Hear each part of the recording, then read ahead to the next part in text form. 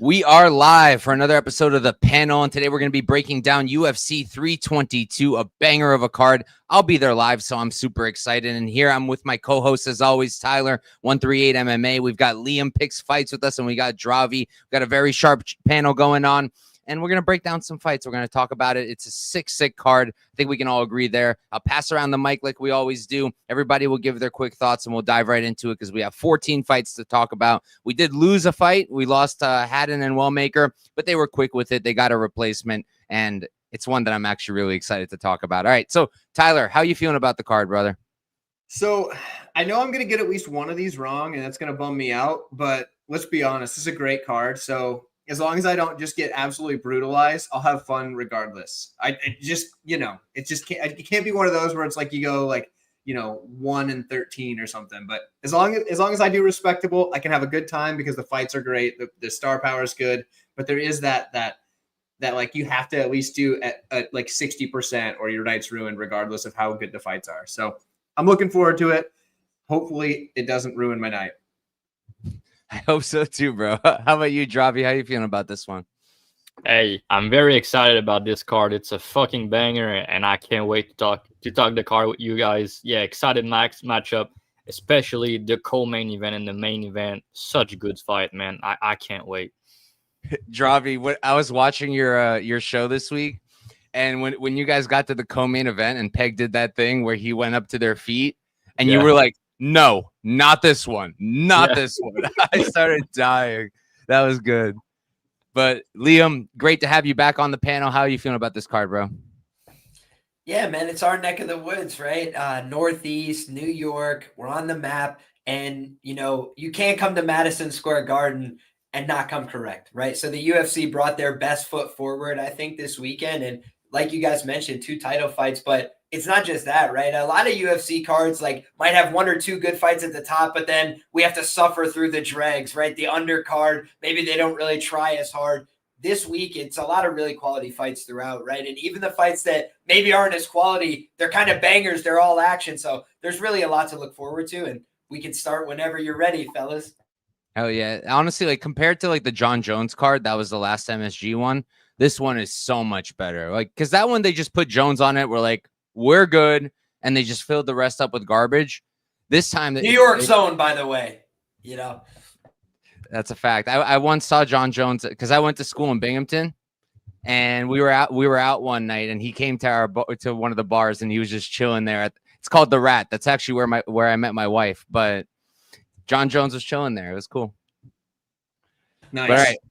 Let's jump into the card. We've got 14 fights to talk about. The first one, I'm so glad they're opening up the card with this one. We have Vyacheslav Borshev versus Mateus Camilo. Should be a banger. Tyler, start us off for this one.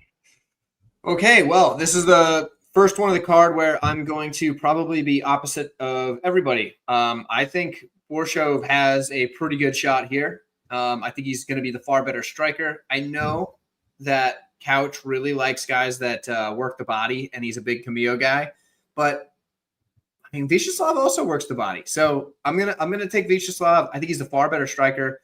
I understand he's not gonna be the better grappler, but I think he's hard to hold down if you're not elite. And Camilo's good, but we haven't seen him fight anybody UFC level and get a win yet, really. So yeah, give me Vyacheslav. I think he's gonna piece him up on the feet. I think he's hard to hold down, and let's start off with an underdog. I like it. And real quick before I pass it to Dravi, we did have a bunch of live comments here. I was trying to bring them up. My bad, I skipped over them. We got Pooperton. Honestly, I'm a little worried about him because he didn't say that he's pooping. So, and that's normally what he does. So I hope he's okay. We got JB over here, my guy. We got Glenbot over here. Good to see you guys. All right, Dravi, how are you feeling about this fight? It's a good fight, as Tyler mentioned. I mean, there's no way this one's going to be boring. We know that for a fact, the way these guys fight. So, yeah, I mean, I do think Borshev is declining. His durability is going. That's my worry with him because, like you said, he's a good striker and he has better cardio and he's tougher. That's for sure. But his takedown defense is not good. I think Camilo can maybe take him down. But then, like you said, his get-up game and submission game has normally been very good. So, and Camilo, yes, his BJJ is decent, but it's like try and go off his back. So I don't really see Borshev getting on top of him. And yeah, on the feet, I mean, Camilo, he's kind of low volume, but he has good calf kick, good body shots. He's a good striker in his own right. What I don't like with him is, as the fight goes, he seems to, slow down, and he can quit in fights when things are not going his way. And you can hate on Borshev, but the guy is not going to quit on himself. You know that for a fact. But at the same time, he's cheating now, so I don't like that. And Camilo, he's only 24, so he's a guy that we're going to see improvements. He's at a good camp, so I'm going to go with him. I think he's going to get this one done, but I wouldn't be surprised if Borshev get the underdog win here. So yeah, I do understand the dog shot, but I'm going to go with Camilo. How about you, Liam? Yeah, I'm going to echo a lot of Dravi's thoughts on this one, in that, I actually picked Gabe Green. I picked Gabe Green by submission. So shout out to our guy, Gabe Green, going out there and delivering. But that's a former UFC welterweight. That's a guy who has some real credible wins on his resume, but also had some losses that had people, concerned about him, right? And had some inactivity. But I thought Gabe Green was a good spot there. Gabe had to go through some adversity. He had to deal with some stuff. And as soon as he escaped that submission, I was like, ha! I was literally laughing. I was like, it's over. Because I've seen it happen before to Camilo, right? But it's the kind of fight where I just look at, a 24-year-old who I think is more durable. And I feel like if they swing it out on the feet, I do give him a chance there, not because he's better, right? I think Slava is clearly better. I just feel like he's willing to go out there and exchange with Slava, and Slava's getting dropped by my boy Chase Hooper, which, I've been a Chase Hooper truther, but you have to also be like, whoa, let's pump the brakes a little bit. And even in the fights where Slava's not losing, he's having the Nazim Sadikov fight where he's getting almost knocked out and having to rally. So he can have like winning rounds and just find ways to lose rounds, minutes, positions, 10-8s by getting dropped and getting hurt badly. So for me, the fact that I'm worried about his ground game, worried about him getting taken down, and also worried about the fact that if these guys just exchange, I feel like it might be more honest, just because one guy's 24, 25 and can still take the shots. And Slava, he's had a hellacious UFC career where it's just been like war after war after war. And he also was a kickboxer as well. So I just feel like there's a lot of damage that's accrued, and that's why he gets stunned by these shots. The skill's clearly there. Chris Duncan, that's a great win, but he hasn't really had anything similar since, right? You look at the other guys he's beat. Dakota Bush, I got to say, shout out to Dakota Bush, going on a nice run on the regionals, but he went 0-2 in the UFC. The other wins, it's over a 2-4 guy, a 2-4. It's like, these guys aren't having success in the UFC. That's the guy Slava's beating. He doesn't have a great record in the UFC. So I feel like this is kind of Slava's like shit or get off the pot type of fight, right? He could come out here and barnstorm this guy, but I feel like I just ever so slightly lean Camilo. So if I'm the lines maker, I'm making it -120, but that's the way I see it.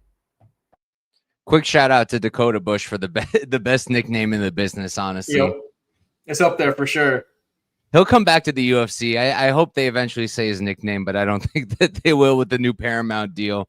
But for me, this one's tricky. I've been going back and forth. Like from a pick perspective, I'll stick with Camilo just because of the youth.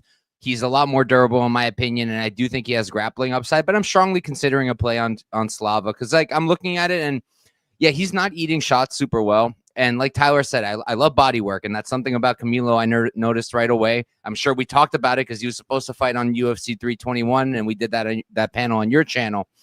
But the thing with Camilo is he's got really nice body uppercuts, like sick. But that's kind of it. It's the body uppercut, the big hook, and really nice leg kicks. And like the weapons he has are really good. It's just those are kind of it on the feet. So the output's kind of low. It's kind of predictable. The wrestling is good. I do think he's actually a pretty good wrestler. It's weird because defensively, he's kind of terrible in the takedown defense department, I would say. Like even Nabatov, like dude was exhausted in the third round and continued to take down Camilo. But offensively, he's doing the right things. He's entering nicely. He's very fast in his takedown entries. I do like Camilo's wrestling. I know that Slava's takedown defense isn't the best, but honestly, I also think it's been looking okay lately. He is doing the right things also. You know, you see him fighting the hands. The balance is pretty good. He works up to his feet pretty well as well. And I don't know if Camilo has the cardio to do this for 3 rounds. If he has the cardio to grapple for 3 rounds, because he does get tired. Like he really does. And I don't like to talk about fighters saying like they quit and stuff, but like the Gabe Green rear naked choke, was that fully in? I didn't think that he was even under the chin yet when he tapped, and he tapped pretty quickly. Like once he didn't get his own sub and Gabe took the back and just started to lock it in, he tapped out. And it's not like Slava's going to go and submit him. I would bet any amount of money that he won't. But if Slava's stuffing the takedowns, they're into round 2, and Camilo's not having his way. He's not knocking him out. I think Slava might start to really break him. I think he's going to throw a lot more output. I think he has a lot more weapons on the feet. I think he's the cleaner striker. He's got better boxing. I'm very confident in saying that. He's got a lot of power in his own right. He's probably the hardest hitter that Camilo's fought to date. And even though he's kind of, aging and he's starting to decline, he's still pretty fast too. So for me, it's dog or pass. I could not get to Camilo at chalk. I'm going to need more from him. But at the same time, I'm not running to bet Slava yet because Camilo's only 24 years old. We're going to see rapid improvements. He does have a very good base already.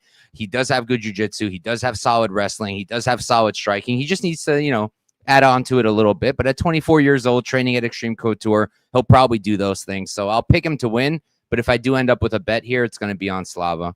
And maybe a round 3 prop, because I could see him breaking Camilo if they're stuck on the feet. And I do want to add also, like, Slava's just an absolute dog. Like, Nazim killed him in the 2nd round, and he came back and then won the 3rd.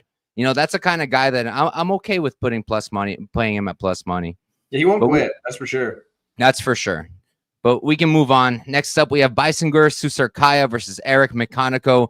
Dravi's going to start this one because I know he has a max bet on Eric by submission in round number 1. Dravi, tell us why. I mean, I'm under a payroll. You're not supposed to say that live on stream, Couch. But, yeah, I mean, he's going to get smoked. Let's be real.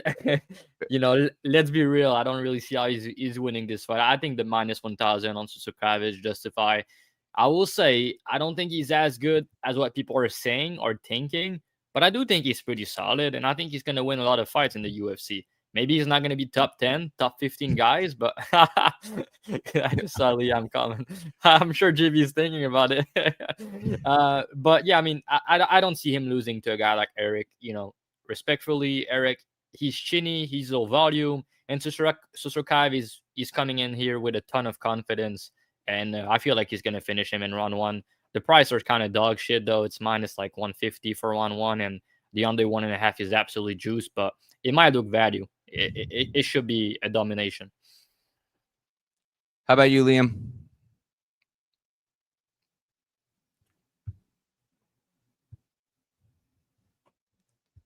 He's working on it.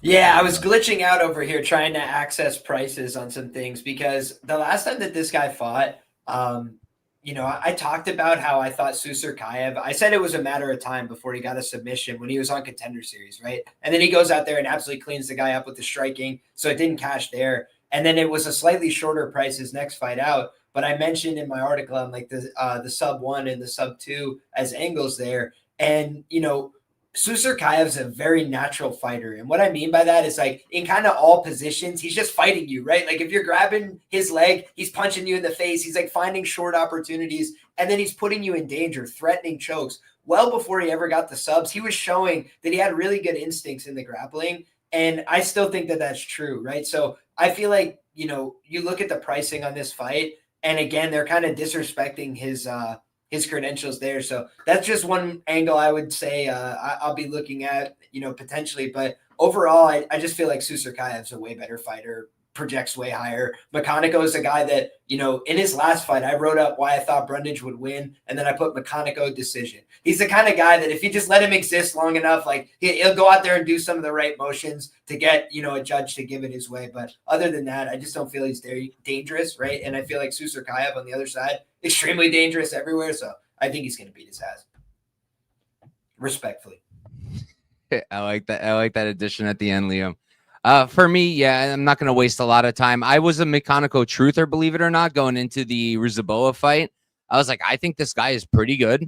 I think that he can compete, and I don't really rate Ruzaboa. So let me take a shot. And I think I played like probably something like plus 170.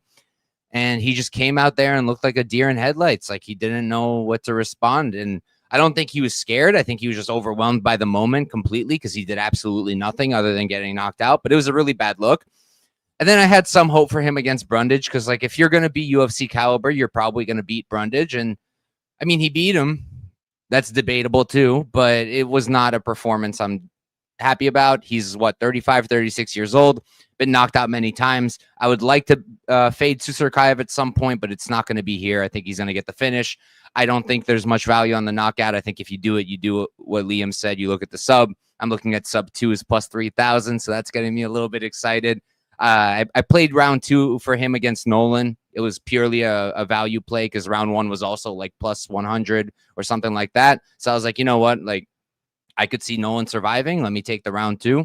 So maybe I'll do something like that, take a round 2 prop in some fashion on Susurkaya. But they're kind of like the regular round 2 prop, no method. They're onto it. It's like plus 2.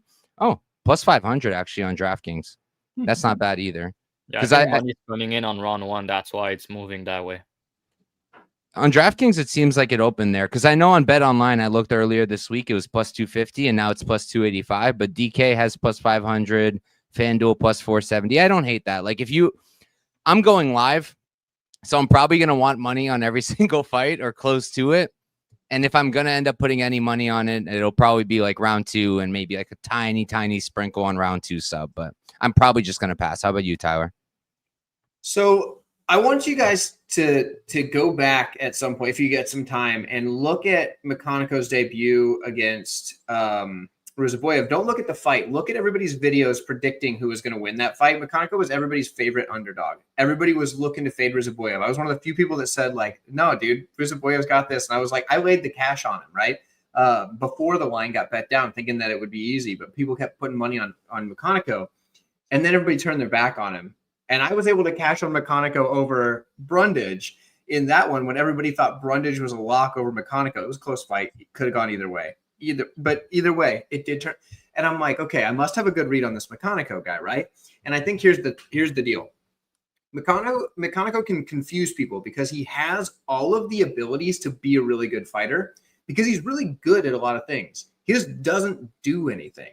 So, like, even though he is technically proficient in a lot of skills in a lot of areas, he'll just kind of, like you were saying, Couch, be a deer in the headlights at times. And that's why guys like Ruziboyev, who are not going to just let you stand there, were, a great pick against him. But then a guy like Brundage, who you can kind of get away with just standing there at times against, can lose the fight to him. So I don't think Susurkaya is the guy that you're going to be able to stand there and just kind of like, not do anything for any length of time. I don't think you can do that against him. So I think Susurkaya cuts him up, makes it pretty easy. But at the same time, I understand why people were big on McConaughey in his debut because he does have a lot of skills. And if you don't take into the account that he just doesn't do anything a lot of the time, you could get lost in that. And then the overcorrection happens and all this good stuff. But yeah, I think Susurkaya wins pretty easily. But definitely, McConaughey is one of those guys. He's tricky. He's tricky to get a good read on. That's my thought on it. We got Torres Finney in the chat, baby. Let's go. Let's go. All right. I believe that's everybody. We can move on to the next one. We have Angela Hill versus Fatima Klein. Liam, I was going to ask you if you think Hill has a chance, but then I remembered where you're from and that you're New York strong, so I kind of know where you're going. But what do you think of this fight? Hey, I always try and keep it a buck, man. I really do. I'll pick against our guys when I feel it's appropriate, but I think Fatima Klein is going to win this fight, and I actually, think that she's got a chance to go out there and knock out Angela Hill.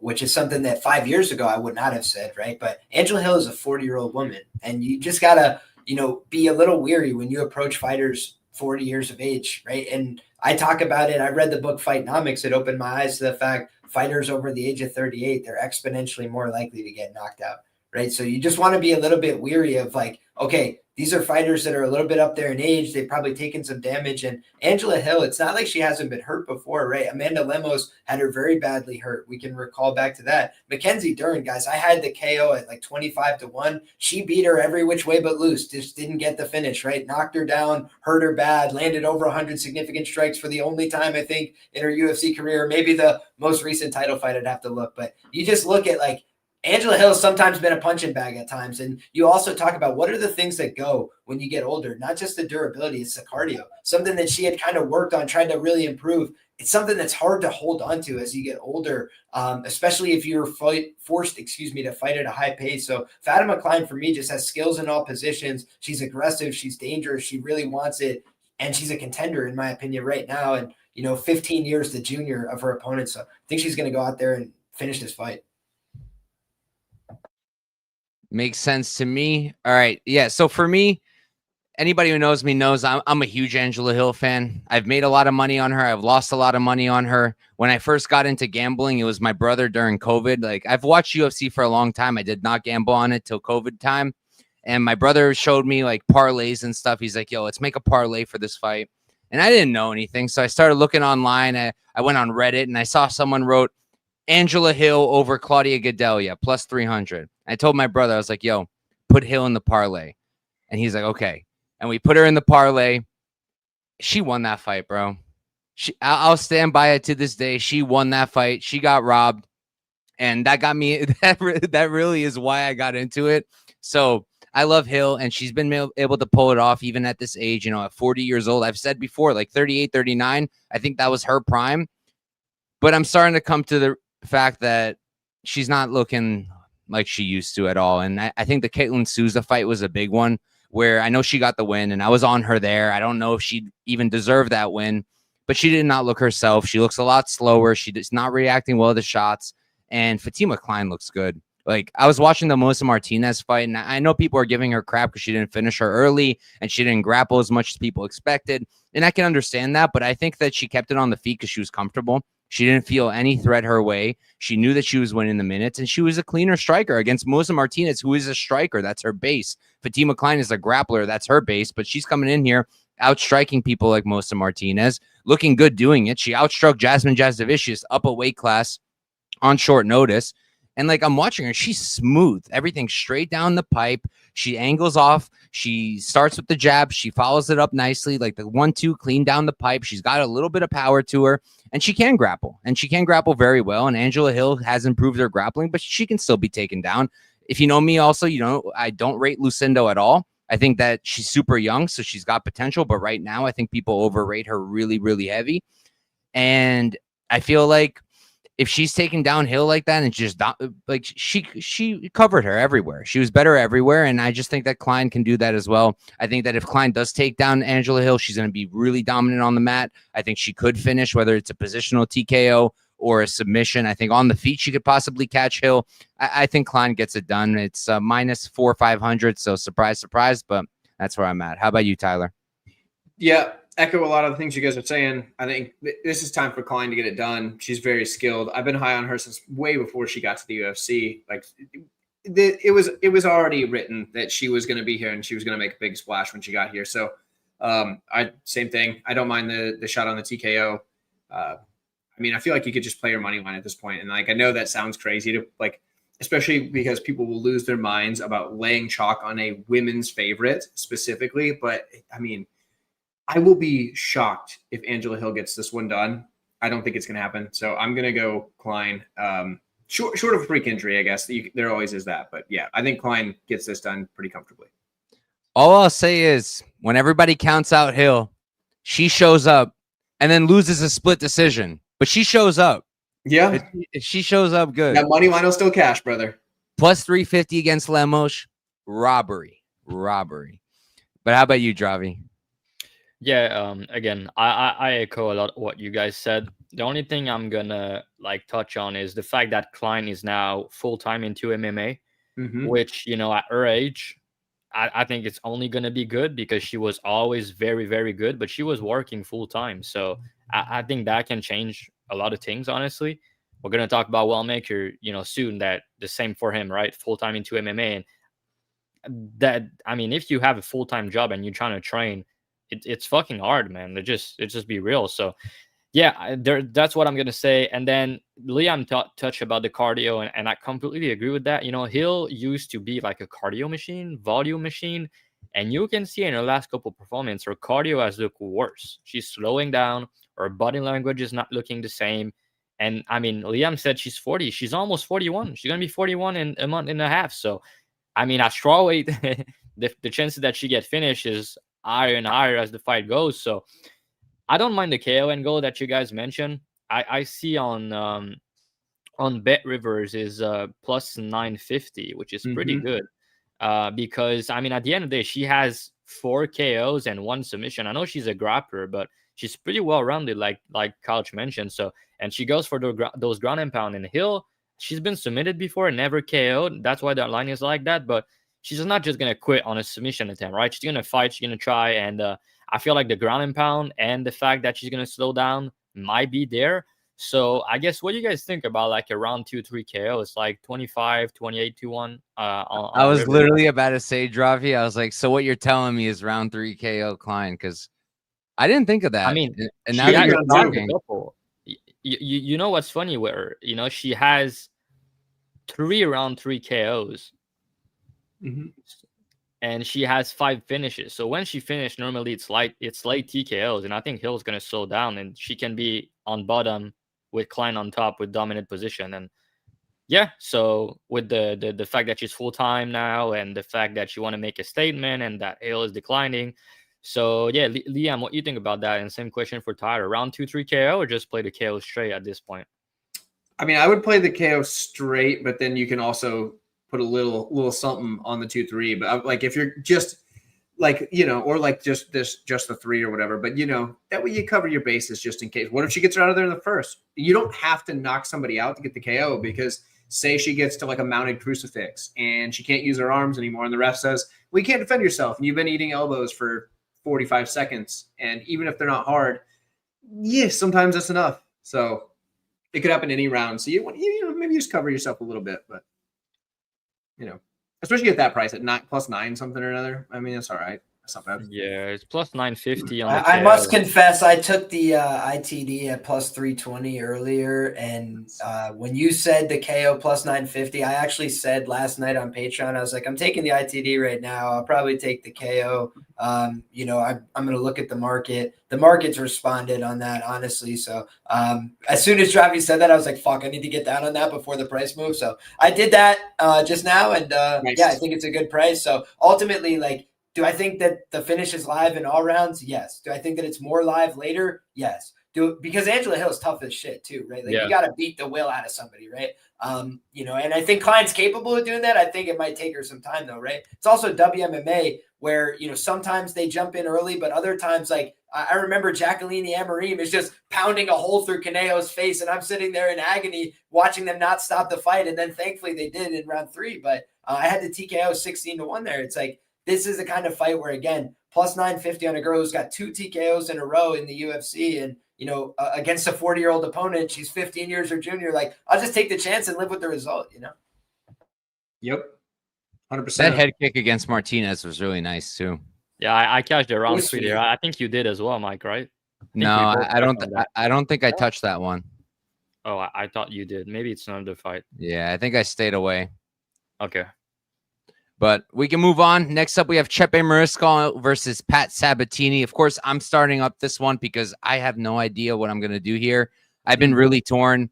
I went into it thinking, why is Chepe the underdog? And then I came out of it thinking, I know why he's the underdog, but I'm still not sure whether he should be. And that's kind of where I'm at. Like, you watch the first fight and, you know, like pre-tape, I was thinking to myself, okay, there's no way this judo of Chepe's is going to work on someone like Sabatini. And it did in the second fight, but only like once. Like, it worked one time, and then once Sabatini picked up on it, like, it did not work. And actually, the next time he tried it, he ended up on bottom. And Sabatini, I think, knows exactly what he's dealing with now. So I don't really think it's going to work. But it's a really interesting fight, and I lean towards it playing out really similar again, like being close. I think that it's pretty obvious on the feet. Sabatini just has never really put together that part of his game. He's got some decent straight punches, and he's gotten some decent reactions out of guys like Lucas Almeida when he was on the feet a little bit with him.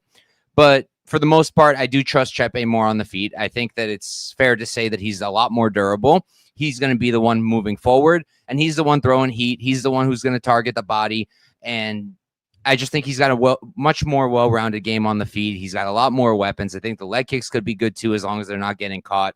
And I think his forward pressure will also be important. Like, Liam can speak to it when he's talking about it. I think that wrestling off your back foot is very difficult compared to if you're the one who's pressuring forward. And Chepe is going to be putting Sabatini on the feet. He's not, on the back foot. He's not going to just stand there or let him get backed up.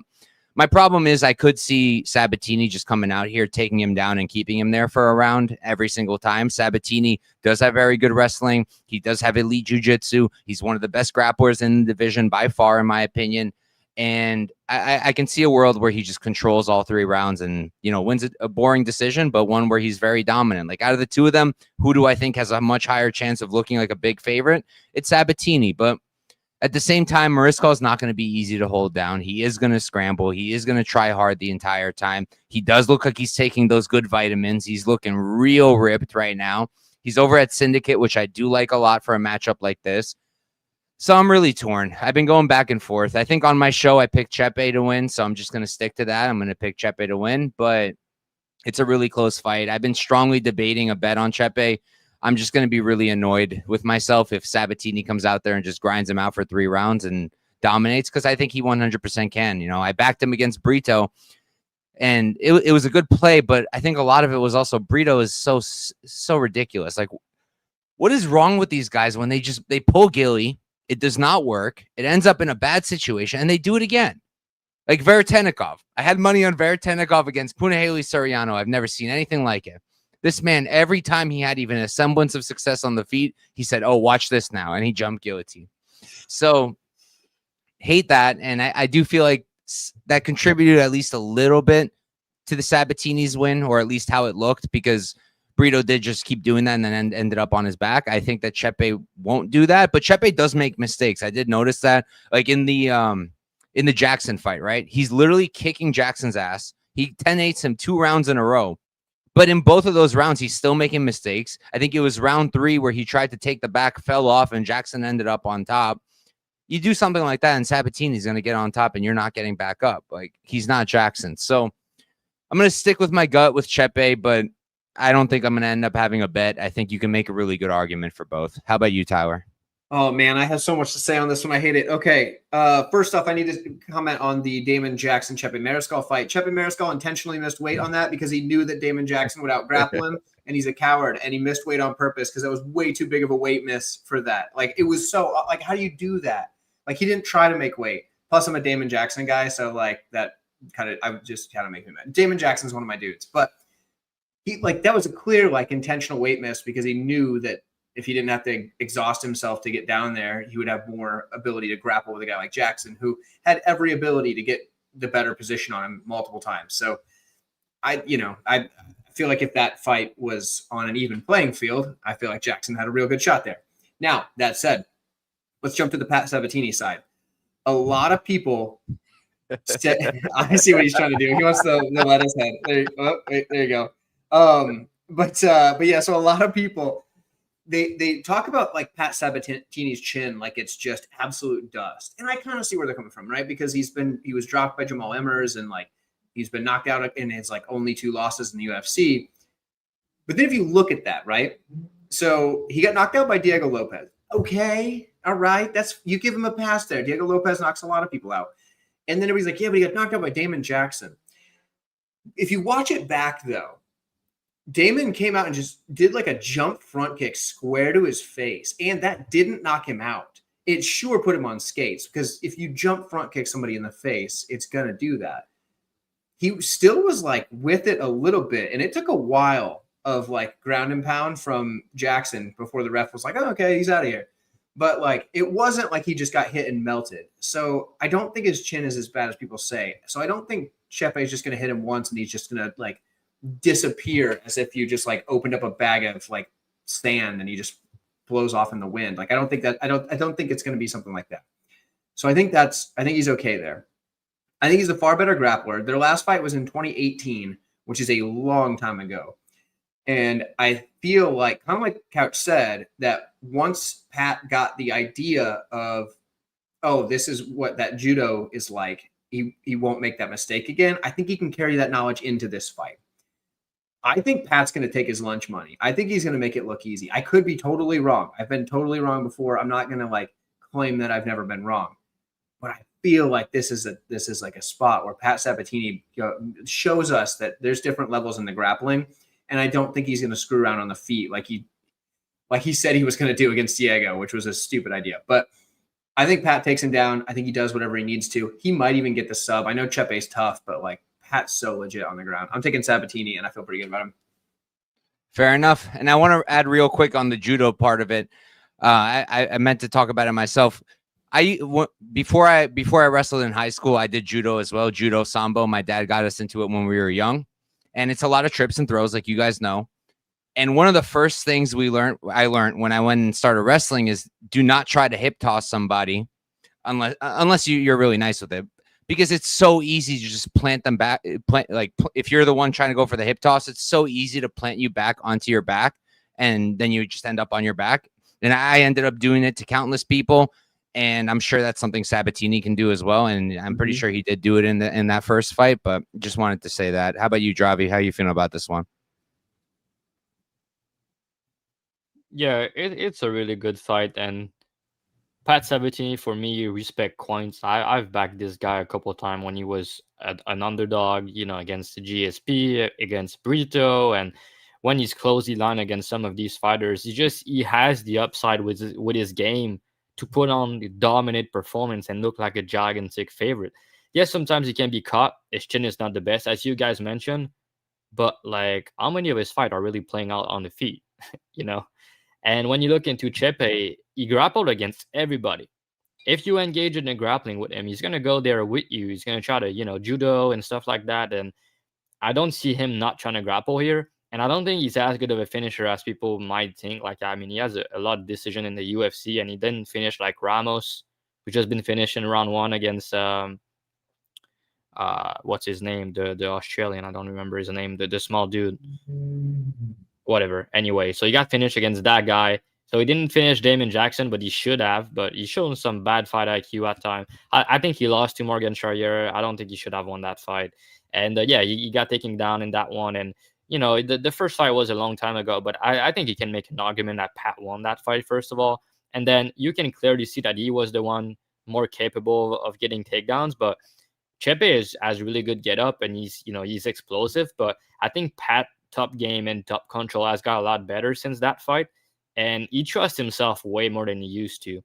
Him and Sean Brady openly talk about it, that, Pat said before the GSP fight that he got a sports psychologist, that, he was not really trusting himself going into fights and stuff like that. And Sean Brady kind of talked about that, and they're training together, and before he lost to Bilal. So, and I think since they did talk about that and they addressed that situation, both of these guys has look amazing. And I don't think it's by coincidence. So, yeah, I mean, you can say Chepe can bunk him, but I'm not sure it's that likely, because I don't think the fight's going to play on the feet for too long. And then on the ground, I favor Pat by a long shot. I think his grappling is very, very good. And if Chepe does mistakes when he, try to get back up, Pat can take his back. Pat can submit him. So, yeah, I think Pat is more likely to get takedowns. I think he's more likely to win minutes from top position. I think he's more likely to submit. So, yeah, I close odds. I'm going to go with him. I think he has massive, big favorite upside. How about you, Liam? I've gone full circle on this one, which means that I'll probably not be betting this fight, right? But I started off the week, my guy VB asked me to do his show, and I kind of had to do some crunch time tape. And, I was trying to think of like, what's the biggest thing that's changed? That's always a question I ask myself when there's a rematch, right? And obviously I went back and watched these two guys first fight, and it's a scramble fest and, kind of a, toss up type of fight. But the thing that Chepe does that I think kind of gets him some favor with the judges in all of his fights is that he's really aggressive, right? Like if he has a moment to like spaz out and throw 10 strikes, he'll do it. Whereas Pat is more like, let me hold you.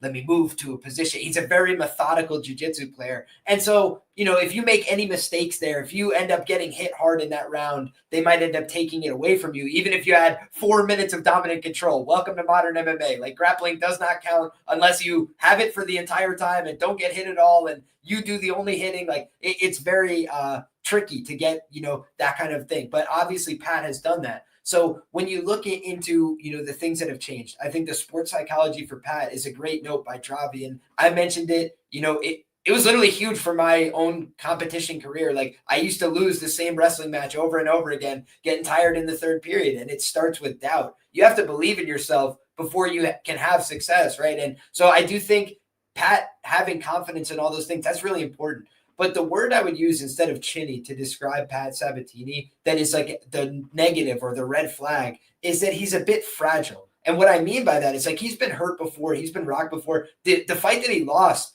it was via arm injury as well, right? It was a submission attempt. The guy went for his arm and Pat's arm broke, right? You guys will remember Brian Ortega, was trying to defend a submission from Yair Rodriguez and he broke his shoulder basically. He's never looked the same since, by the way. But you kind of look into some of those fights and it's like, he gets no credit for doing the submission. But the truth is, like, in a submission context, it's about defending and who can survive some of these things. Like, some of it's about who's durable, right? Just like a fight. And you look into the durability here. I do think that's where maybe Chepe has an edge. It's just like he's a hard guy to kill. Obviously he's been hurt before on the feet, but just like his doggedness, his toughness, his ability to survive, that's been something that's been on display several times in the UFC. Whereas Pat, kind of, if you hurt him, unless you Jamal Emmers and roll into leg locks with him, it can be real disaster territory, right? So I feel for Pat, as long as he gets his fight script going here, he is a lot more methodical with the control. Maybe he can eliminate some of those scrambles.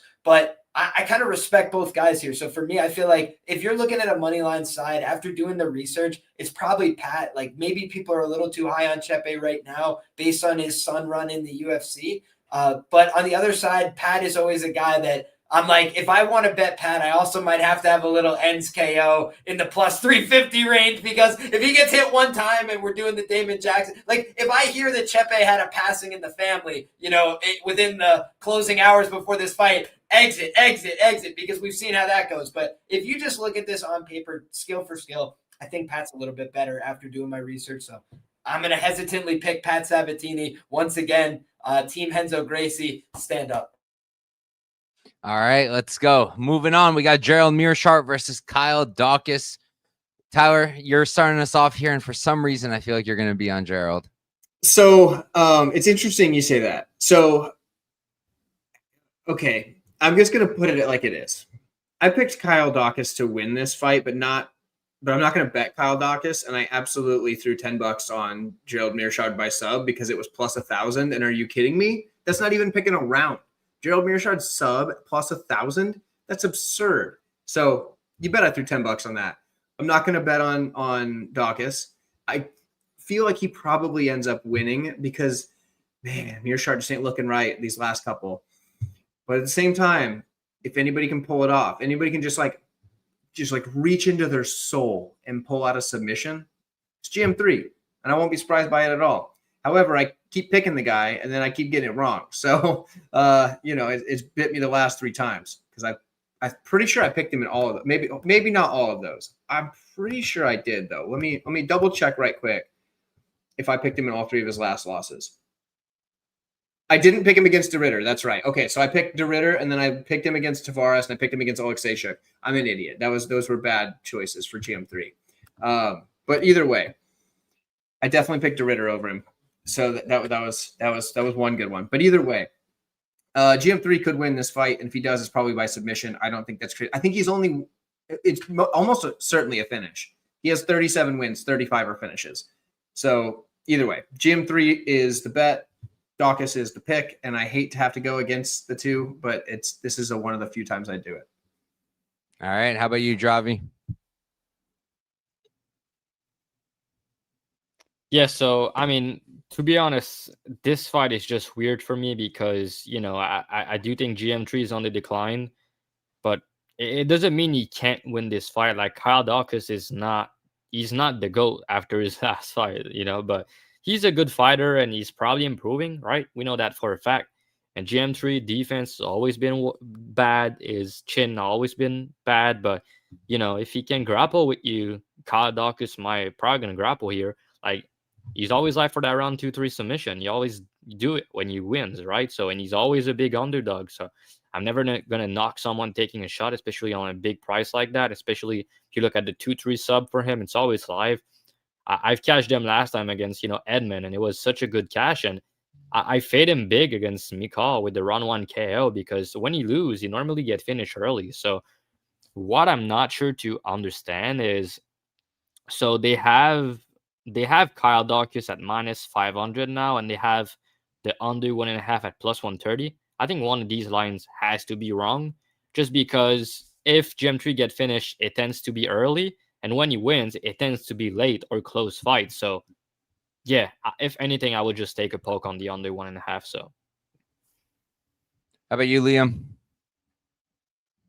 Yeah, I'm a huge GM3 fan. Like, I think we follow each other on Twitter. I love the guy. Like, I've always shouted out his jiu-jitsu. He claims victims for American jiu-jitsu after beating him up on the feet. And, you know, if I had to give one Narrative Nation reason to think about playing the GM3 side this week, and I will acknowledge that I did consider this, he is a longtime Duke Rufus student. And if he was ever to harness one more for, you know, the old master, rest in peace, to Duke Rufus, a legend in the martial arts game, you know, you look at, you know, that's the kind of narrative I could build for a GM3. But I'll just also keep it a buck. You know, I feel like Kyle Dawkins is a pretty good fighter that had a pretty tough run out in the UFC. You know, I picked Eric Anders to knock him out. Ramon Delidze at the time was considered a bum. You guys don't remember the narratives about Ramon Delidze.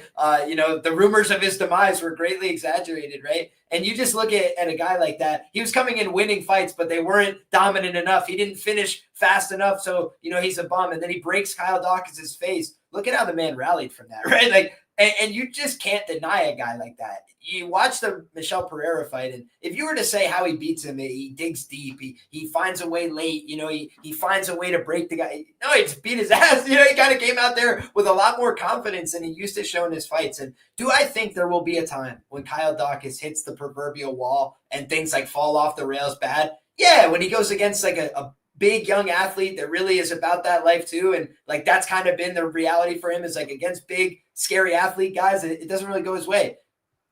With all due respect to, you know, a guy I really love in GM3, that's not really how you describe him, right? He's more of like stiff as a board, like kind of throws a lumbering kick that if it hits you in slow motion, it's really going to hit, right? It's going to crack. But I feel like some of the speed and dynamism that used to be like a quick shot from GM3, it's kind of slowed down a little bit. It's become a lot more visible. And now even guys that wouldn't have been on his level a few years ago are starting to keep pace with him. He's got some losses that are aging kind of like milk a little bit recently, with all, again, due respect. And so I feel like GM3, unless he can dig deep, find something he hasn't shown in his last few, I think he's going to be staring down the barrel of potential retirement here. You know, he's 57 fights deep in a career, guys. He's approaching 38. That's coming up in December. So, again, he's closer to 38 than 37. We talk about a guy who's been knocked out many times, closer to his athletic prime, right? It's like, I think Kyle Dawkins is on a kill mission this weekend, and I just don't think that's good news for GM3. 47 pro fights and still going is so crazy, bro. I think it's 57. 57. I might be wrong. 20 losses, 37 Oh, wins. I'm really bad at math. I was literally looking at the number. I'm really bad at this. But yeah, 57 fights is insane. But yeah, for me, I won't add much more. I've always been a believer in the GM3 sub. I don't think that's on the board here. I think that Dawkins is a really good grappler in his own right. I don't see a cardio problem here. I think that he should have never been cut in the first place. I thought that his fight against Brendan Allen was actually a pretty good fight and a pretty good performance. I believe he was on short notice there. And this is years and years back, but I probably bet him, if I'm being honest, against Brendan Allen there. And the Michel Pereira fight, I considered betting him. I wasn't really taping a lot at that time. I was literally on my honeymoon, but that was one of the spots I was like looking at. I was like, I feel like I should be betting Dawkins. And when I was talking about it, I talked about betting Dawkins. I didn't, kicking myself because we're not going to get a number like that again. But at the same time, like, who really predicted it to happen like that? I don't think anyone did. But he should have GM3 covered, and I think he gets a finish, although I would just be careful with ITD props because I don't think it would be that insane if, like, he went hard in the first round, didn't kill Gerald, and then they just rolled over and went to a decision. I think that's on the table too. But we can move on to a fight that I'm really hype about. It just got put together. We got Malcolm Wellmaker versus Ethan Ewing stepping up on 4 days' notice. I heard that this fight is at 145. Tapology still has 135, but I believe it's 145. And Dravi, you're going to start us off for this one. Did you have time to tape this one? Yeah, I'll be honest. I didn't tape this other guy. So yeah, obviously I had a bet on Wellmaker against Adden. So, you know, it show you how good I think he is because I rate Cody Adden as well. So yeah, Wellmaker is one of the hardest puncher in the bantamweight division. He hit like a truck. He has nasty counters, very good calf kicks.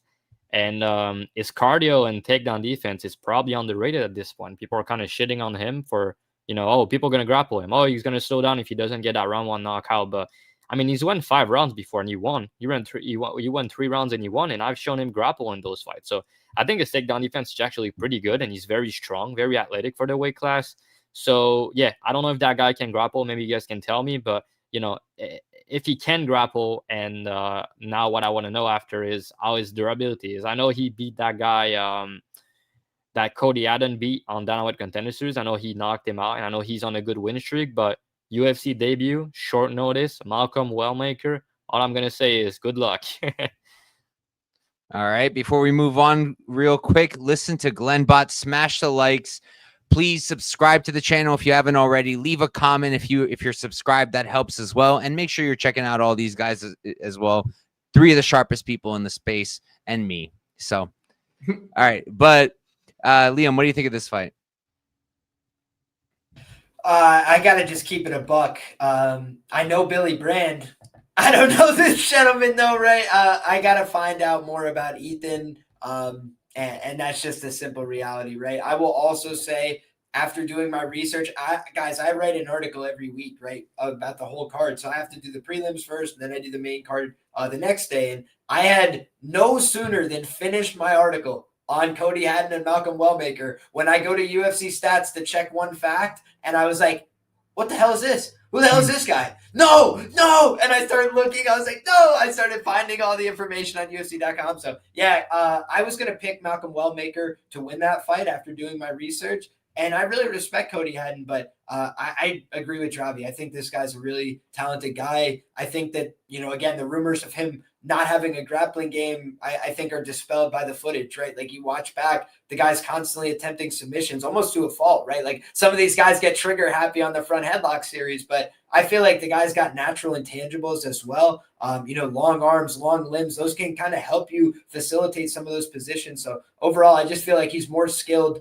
in more positions than people are giving him credit for. And, maybe an extended fight could be where you get to him. But again, I've seen him fight for 5 rounds and keep pushing even deep into the fight and, make it an honest fight in all rounds, in all positions. So for me, I just feel like he's a really talented guy and he's in a win now situation, right? He's 31 years of age. He's kind of got, his feet under him as a fighter, got his money, got everything right. So I just feel like the guy's ready to go right now.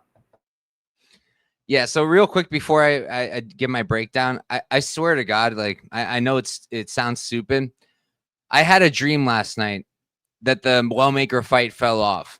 No. In my dream, it was Wellmaker who got removed, so I was a little off. But I swear, bro, I woke up, I checked my phone right away. I was like, no, they're fighting still. Okay, good. And then this happened while I was driving. I found out that the fight got canceled and a new opponent, and I was like, yo. And that freaked me out a little bit. But for my breakdown, honestly, I got home. I taped this Ewing guy. I like this dude, bro. I like this dude. And I have some good things to say about him. And like, look, in the Haddon fight, I went into the tape thinking I'm going to be on Haddon for sure because just more well-rounded, love his style, love his output. And then I taped it and I still agreed with myself in a lot of things. I thought he had a possible grappling path, but I did think that Wellmaker's takedown defense was a lot better than people were giving it credit for. I thought that, Haddon would land a lot of output, and I do love the fact that he's throwing so much and he mixes to the body and he's always throwing punches and bunches. But at the same time, I felt like that was going to lead to him getting knocked out because he would at some point throw one too many punches and there's that hook, or the fact that he would drop his hands and there's that hook. And one of the other things that made me comfortable in Wellmaker and why I was considering a play on him against Haddon was I was thinking, so Wellmaker's defense isn't all that great either, but I didn't really feel like Haddon had all this power to kind of snipe him and get him back. Whereas if Haddon, when he drops his hands, Wellmaker can get him. In this fight, though, Ewing has power. This guy can throw. This guy can hit. And I do think that there could be consequences if he lands on Wellmaker. And when you watch Wellmaker, as clean of a striker as I think he is, there's times where he looks like a helicopter because he's just throwing these hooks and then just spinning around because he's putting so much force and so much momentum, and he overextends and he leaves himself open to counters. And this dude Ewing has firepower. He hits really hard, and he's pretty sharp too. He's not gonna like swing wild. He's pretty sharp. Like if Wellmaker does that and misses, Ewing can hit, and if he lands, he could very well hurt Wellmaker, if not knock him out. And I think this matchup, honestly, is like people are acting like Ewing's a bum. Like this is probably just as exciting as the Haddon fight, and it could be even more because Haddon could have come out and just grappled him, and it could have been boring. Ewing, he does wrestle a bit, and he did wrestle in high school. He did wrestle in college, D2, I think, King University. But like he uses it a little bit in his fights. He can be taken down in his own right, and Wellmaker can low-key wrestle a little bit too. But offensively, like he can grapple a little bit. I don't really expect him to here, especially he's on short notice. I think he's gonna have to watch the gas tank a bit. But I really think that he can give a good account of himself. I think that he does actually have a shot here, and I'm probably gonna get to a small Ewing play because I do respect Malcolm. I think he's better everywhere. I think he's cleaner, more technical. I think his power is ridiculous. Super high on him as a prospect. Very athletic too. But Ewing's legit as well, and he's being kind of looked over here. And I think we're going to see a really crazy number by the time fight time happens because right now only the people who are really tuned in know that Haddon's even out. The casuals don't know yet. They're going to find out. They're going to parlay Wellmaker at -1,000, -700 because Ewing has 2 losses. They won't even look at the fact that it's his first 2 fights ever and who it's against, honestly. The first one, Edwin Santos, like that's not a bad loss, especially for your first fight ever. So, yeah, I think there's a very good argument here for Ewing. I think Wellmaker probably wins the fight. I think he probably lands a big shot like he always does. But I think this is going to be a lot more competitive than people think, and I think Ewing has a shot. How about you, Tyler? You know who else lost their first 2 fights and then went on a pretty good run? I know, but I don't remember. Say it. Yeah, his name's JDM. He's in the main event. So, I mean, just saying.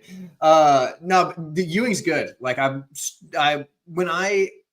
was familiar with the name. I've seen him fight only a couple of times. I'm not like I've watched his whole career and followed him or anything. But he's, fought at, what was it, LFA 200 or whatever. So that was like a pretty big card. And then he just knocked out Billy Brand in the first round. And I understand, like, Billy Brand isn't like this elite fighter. He's a good regional guy. And like most people aren't just putting this dude out in the first. Like if you're beating this guy, it's a war. And he put him out early. I mean, that's impressive. So, I mean, maybe the damage is catching up to Billy, or maybe Ewing hits hard. He's knocking everybody out. In fact, the one guy that he took to decision in a win is a dude that's like, he's a prospect in his own right. So, I mean, it's not like that guy's some chump. So it was Gonzalez. Mm-hmm. Yeah. Gonzalez also has one other loss to a guy that's undefeated, but otherwise Gonzalez hasn't lost. So dude's good. Ewing's good. Like, I think he can absolutely win this fight, but I'm going to take Wellmaker. Obviously, dude's already scheduled for the card. He didn't fight what was like a few days ago. I mean, how many days ago was it that the A1 combat? November 7th. It was like 6 days ago, I think. Yeah. Yeah. Really recent. So, cause I remember that card, I was actually going to bet Ewing, but I ended up not betting that card at all because by the time the books dropped it and I could play it, I just forgot. So that sucked. But either way, I was definitely going to bet him over Brand because I thought like, oh man, this guy cracks. But, it's one of those things where I think this is a fight like Couch was saying, where people aren't going to know who this guy is. And there's a real chance that he could scare some people. Like when we talked about Sustrakayev already, when they brought in Eric Nolan, people didn't know who Eric Nolan was. I knew who Eric Nolan was. He just beat Blaine Richards for the title. Blaine Richards is a guy from Omaha here. I know how good Blaine is. So it's like, okay, I knew Eric Nolan was good. I knew this guy had a chance of cracking Sustrakayev. He cracked him. He didn't put him out, but like, that's kind of the way it is. This Ewing guy can do that. So can Wellmaker though. I got to take Wellmaker, but like, I'm not going to bet him, not as a big favorite like that. And there's a number where I will get to the underdog, and I think we'll get there, unfortunately. So I might have to play him, but we're playing him, bro. We're not at this number. I won't. I'm not going to play him at minus or at +3, whatever. I mean, but like it's going to be at least +500 by fight time. I feel like he'll be +8, +900 or something. People are already talking about how they're going to set a new record for like the biggest favorite in the UFC, and I'm like, please, I will take a shot on him at +2,000. I just think that the people who do look and the people who do bet big money enough to actually move a pay-per-view line, like because there was resistance right away when it Mhm. opened up. There was resistance right away, and there was buyback right away on Ewing. I think Should be. people who actually go look are gonna back him, and they're gonna tend to bet more money. So I don't know if it'll get like that crazy, but like even at this number, honestly, like I don't see why he's not live at plus 370 or whatever. You know, like you can He's say live, level for of sure. competition and whatever, but was Malcolm's level of competition on the regional scene that much better than Ewing's? No, it wasn't. I think it's very close and very comparable. And even in the UFC, I mean, Chris Moutinho, like, okay, that's a regional level guy. And Bromhall, the regional level guy. The only guy I would say is a little bit higher than regional level would be Cameron Simon. I think he's a solid fighter. Yeah. But The fact that he fought 6 days ago and then had to fly across the United States to take that's why it makes me, it's like, okay, Wellmaker probably has it. But if this was like a full camp, I think this line ends up close. it's not a horrible flight. It's 6 hours from Cali to New York. Yeah, it's just like so many little things that add up to a big thing, you know? Yeah. Debuts are hard anyway. You're doing it at one of the most prestigious arenas in the world, you know, maybe not them, probably in the world. I mean, it's a pretty big deal. So it's like UFC, like this is your shot, you know, like there's a lot to it. You're fighting an undefeated guy. You've literally never seen him lose. You know, we haven't even really seen a lot of chinks in the armor, you know? So yeah, there's a lot going into it. We got John Jones is a good person in here. What's up, John Jones? All right, let's move on. Next up, we have Aaron Blanchfield versus Tracy Cortez. Help me out, guys. Who started this last one? It was you, Dravi, right? Yeah. All right. Liam, can you start us off for Blanchfield Cortez 2, the rematch? Sure. I mean, New York bias is acknowledged. I'm also going to just say Karol Pravik is her jiu-jitsu instructor. I've stolen all of his guillotine materials. So not stolen, really. He posts them for free on YouTube. But what I mean is that I use them all when I grapple. And I do give him credit after I catch people. But when you look at it, like, you know, I feel like this is another rematch, right? We have an example, you know, from earlier in the card. And what's the biggest difference from the last time that these two women fought to today? I mean, number one, Erin Blanchfield is a grown woman now, right? Like she was 19 years of age. She's a kid, right? She's out there fighting. And at the time, Tracy was older, you know, and more physically mature. And so she had a little bit of success there. I think that when you look at the skills, you know, Erin's kind of pop off the table a little bit more. You know, Tracy can box a little bit and she can wrestle a little bit, right? But she's just not very dangerous as a fighter, with all due respect. Like you just look at the records, you know, eventually the records are, you know, what they say you are. And, you know, she's got 2 finishes in 14 professional fights, right? She just hasn't been able to put people away, even when she's levels above.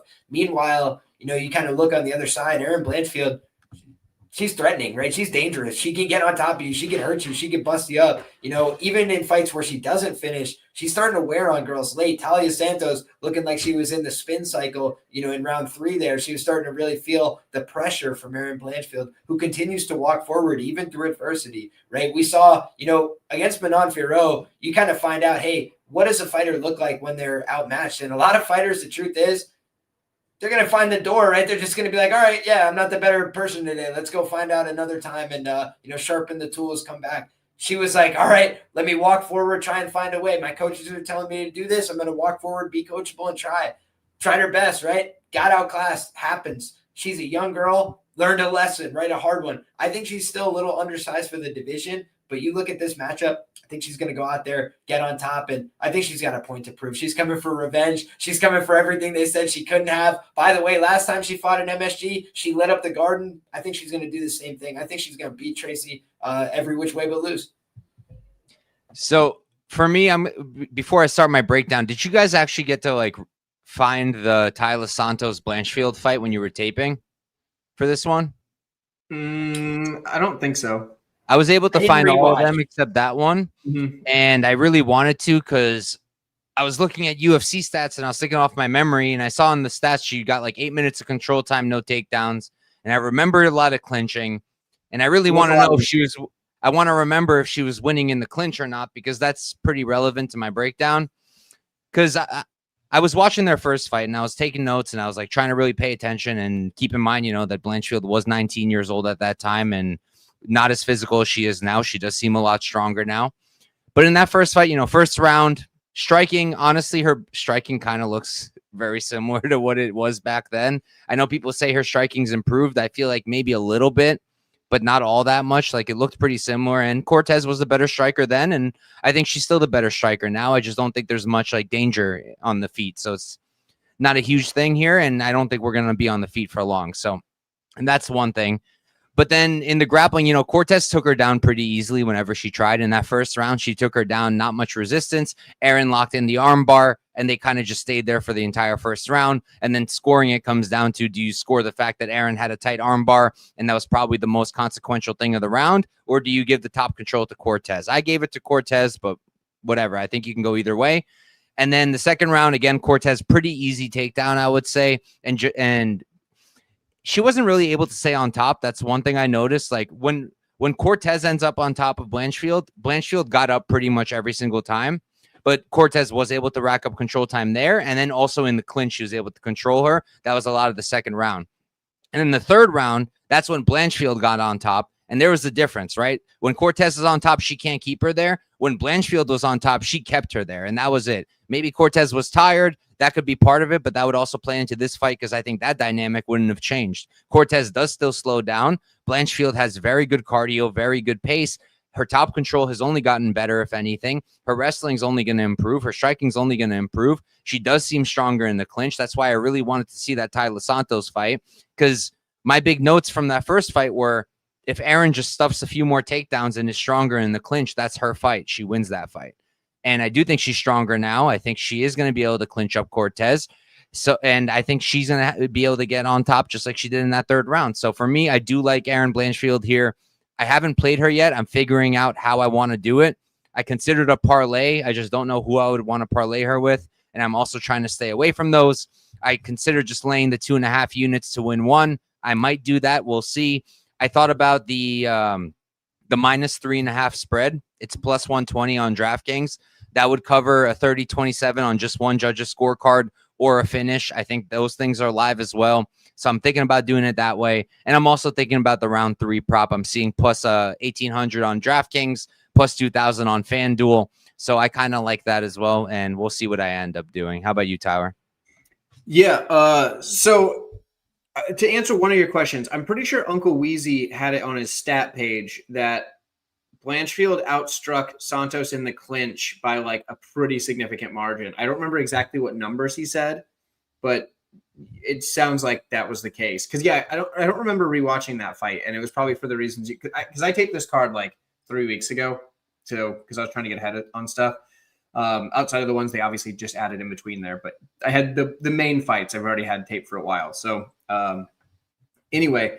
For this one, I think Blanchfield's going to get on top and absolutely obliterate her. But JB tried to beat me to it, which is kind of messed up, brother. I'm the one on the stream. You're in the chat. Like, what are you doing here? Just trying to steal my shine? I bet Blanchfield by KO at plus 2,100. Nice. When was that? Earlier this week sometime. So, like, it was easy click. Plus 2,100? Are you kidding me? She loves that mounted crucifix. And if she gets that mounted crucifix, guess what? It's really hard to do. Defend punches or elbows or anything. And it doesn't take much for the ref to be like, we don't want to see Tracy getting beat up like this. Let's stop this fight.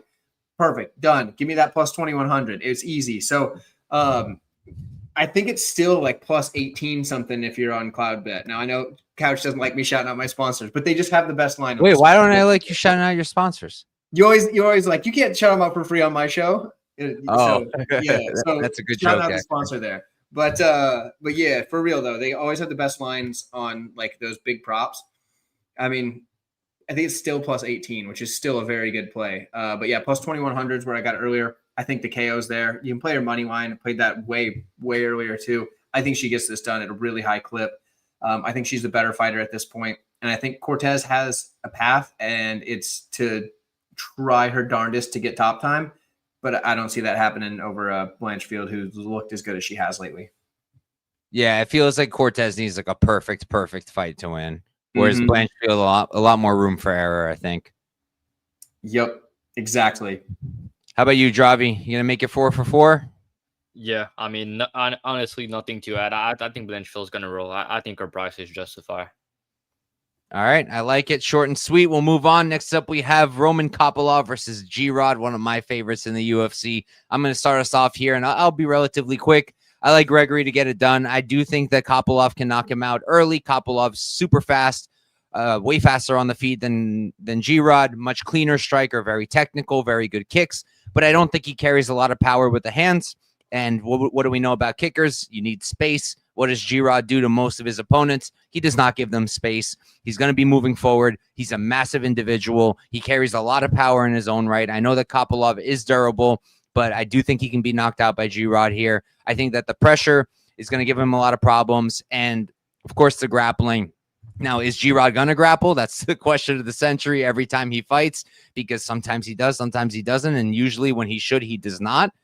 But he did it against Chris Duncan, and that win has aged really, really well. And I think that if he feels like he needs to grapple here, he will grapple. And I think it'll be a pretty easy path for him. Kopylov's takedown defense has gotten better, but G-Rod's really good on the ground, and I really like his jiu-jitsu. Once he gets on the back, he's very difficult to get off of you.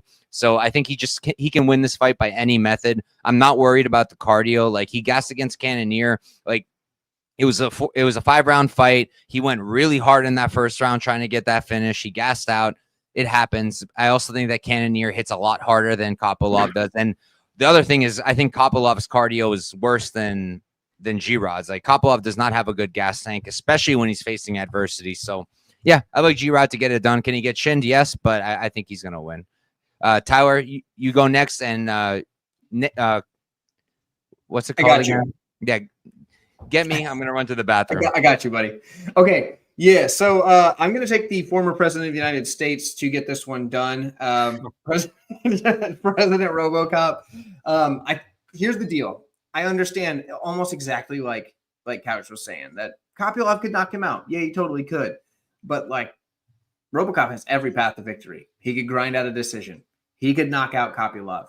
He could submit Kopylov, although if you're going to bet on the submission, you'll probably be disappointed. It just seems like the guy doesn't want to get a sub. So there is that.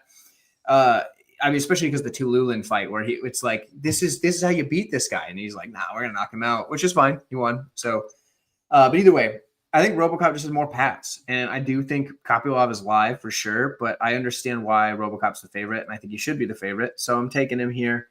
It's not a fight that I feel super passionate about, so I don't have too much to say. But yeah, I'm taking RoboCop. And Dravi, what do you think? Yeah, it's a good fight. I'm really excited for this one. It could go either way, honestly, but I do agree with you that, RoboCop has more paths to victory. And I think if you bet Kopylov, I understand the upside. Like, I do think he has, knockout upside, big moments upside. He's the better striker. He's faster, but honestly, one takedown from RoboCop in the middle of the cage can change the fight right away. Like, I mean, on top, he's really good ground and pound, good submission game, as you said. And Kopylov is a 0 off his back. But to his credit, he does have good takedown defense, and he has good footwork. So he's not going to be like easy to track down. And the way RoboCop pressure, I wouldn't be shocked if Kopylov just land a big shot on him. And, we've seen RoboCop knocked out a lot. So, but yeah, I'm going to go with the guy that I think is going to pressure. I think hit harder. I think has a grappling upside in Rodriguez in this fight. But honestly, if Kopylov knock him out, I wouldn't be surprised at all. I'm just excited to watch this one. 100%. Liam, looks like you're up. Yeah, man. I think that RoboCop wins this fight. Like, when I look at these two guys, I think there's two major differences. Number one, I think like it's 285-pound men fighting. Like, could either guy get knocked out? Absolutely. But one guy has capitulated a few times, and that, in my opinion, is Roman Kopylov. And on the other side, like, Gregory's just gotten knocked out a couple times, right? Like, you can off-switch the guy, but Shitty put a hole in his face, and he's like, no, we're not done yet, buddy. You just look at the guy. He's willing to go through hell to win, right? He gets hurt badly against, what's his name, Jin Young Park. And I remember I bet him there, -110. I bet him Me ITD too.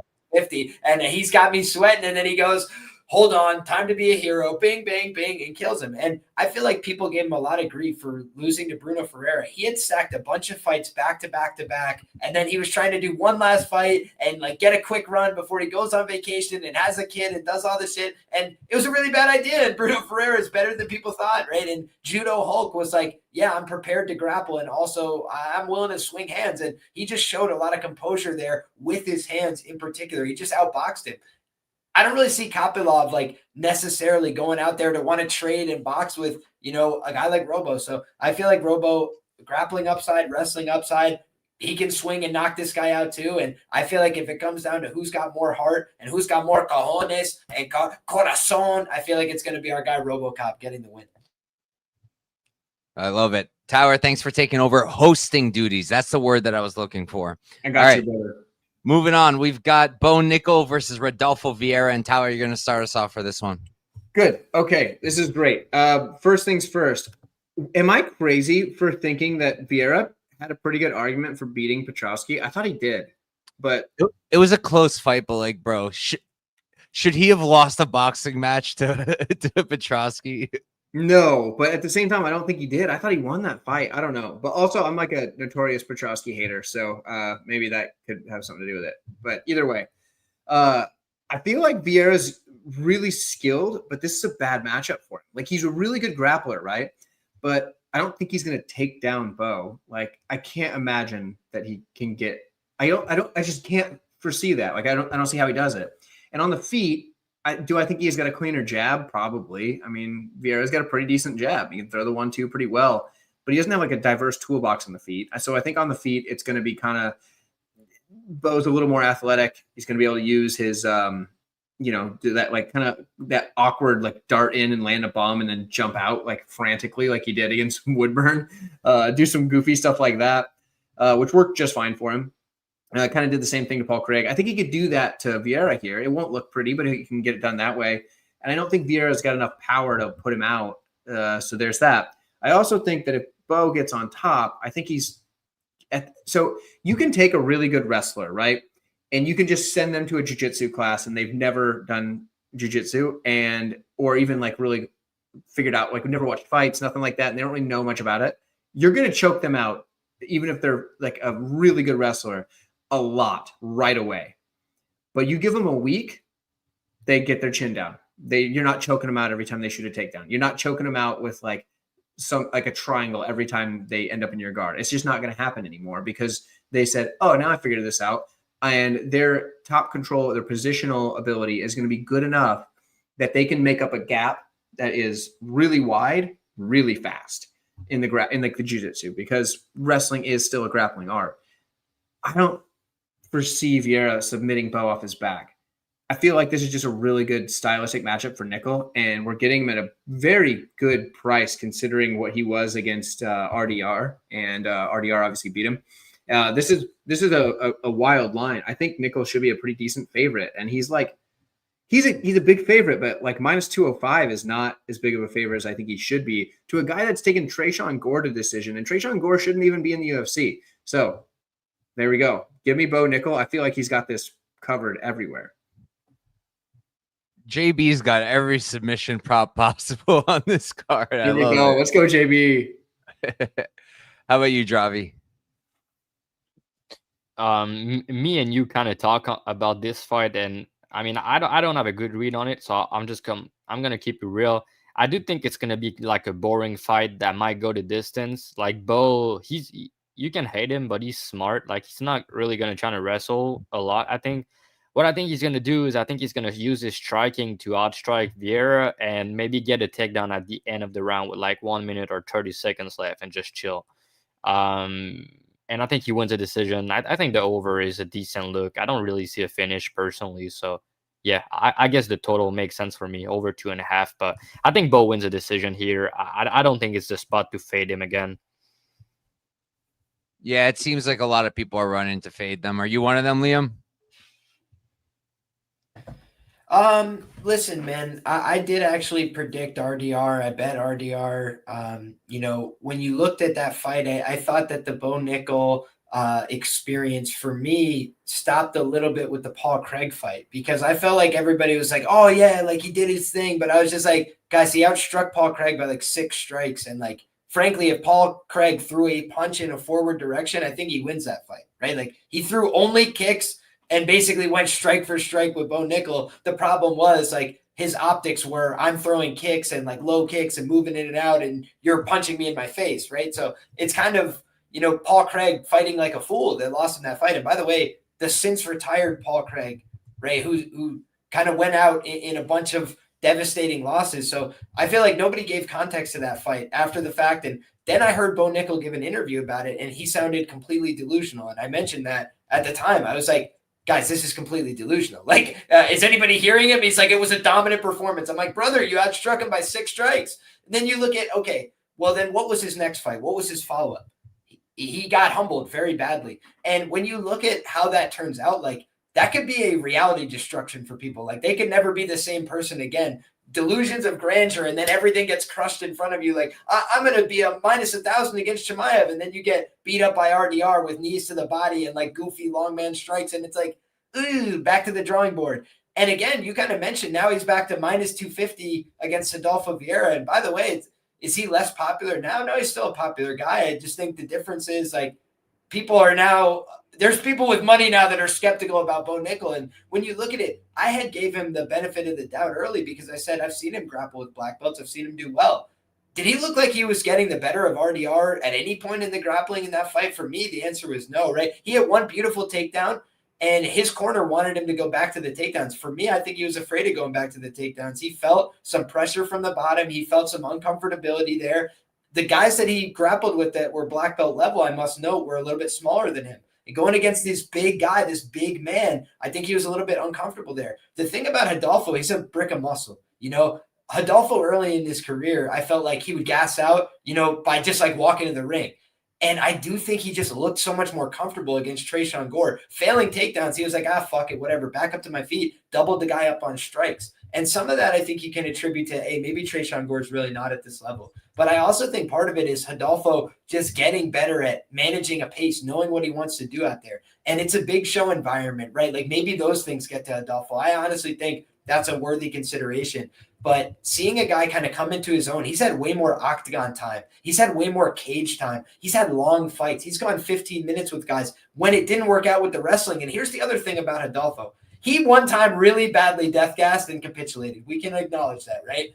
That's against Fluffy, who makes everybody look like they are bad, right? At the time, it was like, what the fuck? Now it's like, yeah, Fluffy is literally minus 400 against all these guys and beating their ass, right? Then it's like, okay, what about, Adolfo in these other fights? It's like guys have like barely outstruck him, right? Nip and tuck fights. Even Chris Curtis, by the way, who's like a primary striker, they went out there and had a pretty competitive striking fight where Adolfo landed way more than you would expect, right? Where he was just jabbing him up. The problem was, Chris Curtis throws in combination. He's a much more comfortable striker. So they gave it to him. Hey, hats off, right? But that's a 29-28 decision. It's like, I just look at this fight and say to myself, is Bo Nickel going to do the Paul Craig game plan where he goes out there, does not attempt to grapple, and then it's punchy kicky for 15 minutes where it could look very competitive, in my opinion, or because Adolfo's going to throw a punch in a forward direction, right? So forget Paul Craig. He's already going to move closer to trying to hurt somebody, right? Attempting offense that hits them in the face and hurts them. Like, that's what you need, right? Or how about this? Punching him in the body, which he also does a little bit of that dipping jab to the body. And Bo Nickel, I was calling that fight live, guys, and I was freaking out because I knew he was reacting poorly. I was calling it all. I was like, guys, he's reacting really poorly. He does not like these shots, and he broke. And he broke in 7 minutes. And Adolfo has gone out there and had honest fights on the feet for 15 minutes. And it's just like, if I've seen that, I can't trust this guy at minus 250 until you show me you could fight 15 in a actual high-paced fight. Because against RDR, that's when the first time he had a high-paced fight that he didn't finish early. And he looked horrible. He looked like he was panicking. And again, it's hard to get experience on the job. He's on the job now. And Adolfo, he's 36. Again, it's a win now or my career's fucked. And for Bo Nickel, maybe it's, you decide MMA is not for you. And I do think that that's a very live possibility. I will say, maybe I'm completely wrong about that, but I will speculate that there's a future for Bo Nickel in wrestling, no matter what happens in MMA. And some guys are more wrestlers than they are MMA fighters. And it just strikes me that he might be one of them. So let's find out. And I will take that back if he goes out there and shows me otherwise. But what I've seen from Bo Nickel is a wild overhand right and some athleticism that's gotten him past guys. And I haven't seen much more than that. So I know he can wrestle well. I was singing his praises coming to the UFC. But again, I always got to keep it a buck, right? I love to support wrestlers and all this stuff. I don't know about this one. Yeah, this fight's a little tricky for me too. And it's the matchmaking is kind of surprising me. Like you would think that they would try to slow build Bo, considering he was like 4-0 coming into the Contender Series. And you look at guys like Ateba. Ateba makes his UFC debut. He's getting Medina. He's getting Valentine. He's getting Tristan Vines. And then Bo's getting RDR. He's getting Rodolfo Vieira. Like these are not easy fights. Like if you want to give him an easy fight, give him pretty much any striker, and that's going to be a lot easier of a fight. With a guy like Rodolfo, like on one hand, I do think that Bo has a lot more room for improvement in the striking. I think that he seems to hit harder. He seems to have more firepower. I do think he's faster. He does seem more durable. I think Rodolfo, on the older side, he has absorbed a lot of damage. But like this is a fight where if he's uncomfortable on the feet, yes, he can bring it to the ground. And I do like that he's going to be the one who can dictate where the fight goes, because I don't see Vieira taking him down, but I could see him taking Vieira down. It's just like, again, is he going to be comfortable being on top of Vieira, who's got elite jiu-jitsu? It's possible that he is, and then I think he can roll. But if he's not comfortable, he's going to want to go back to the feet, and then I think it's going to be close. Like more firepower, better speed from Bo, but we've seen more on the feet from Vieira. We've seen more output from the feet on Vieira. We've seen him fight actual good strikers like Chris Curtis. We've seen him, there were the cardio concerns after the Fluffy Hernandez fight. He shot 22 times against Chris Curtis and kept trying despite not getting a single one. He was still shooting a ton in the third. Like, I don't think his cardio is bad. I think the heart is there. The striking is there. So I think it's probably going to be competitive. So I thought maybe I'll parlay Bo and get him on a spot where people are doubting him because he lost to RDR, but I don't really want to do that. If anything, it's the over for me, but probably a pass.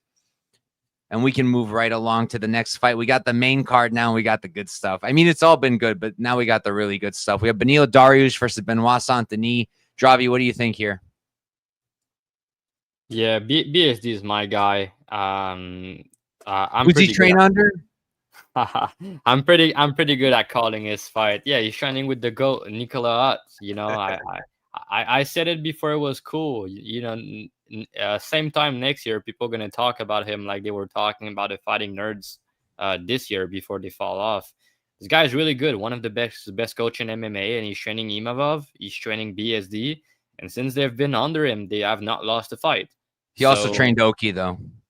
He did not. You got to stop with that one. Aoki went there to chill for 2 weeks of his camp, but he didn't have him as his head coach.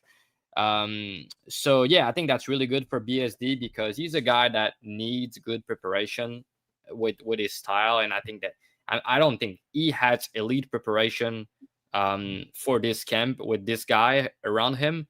And as long as it's gonna be with him, I think you can expect him to come out here with a good preparation.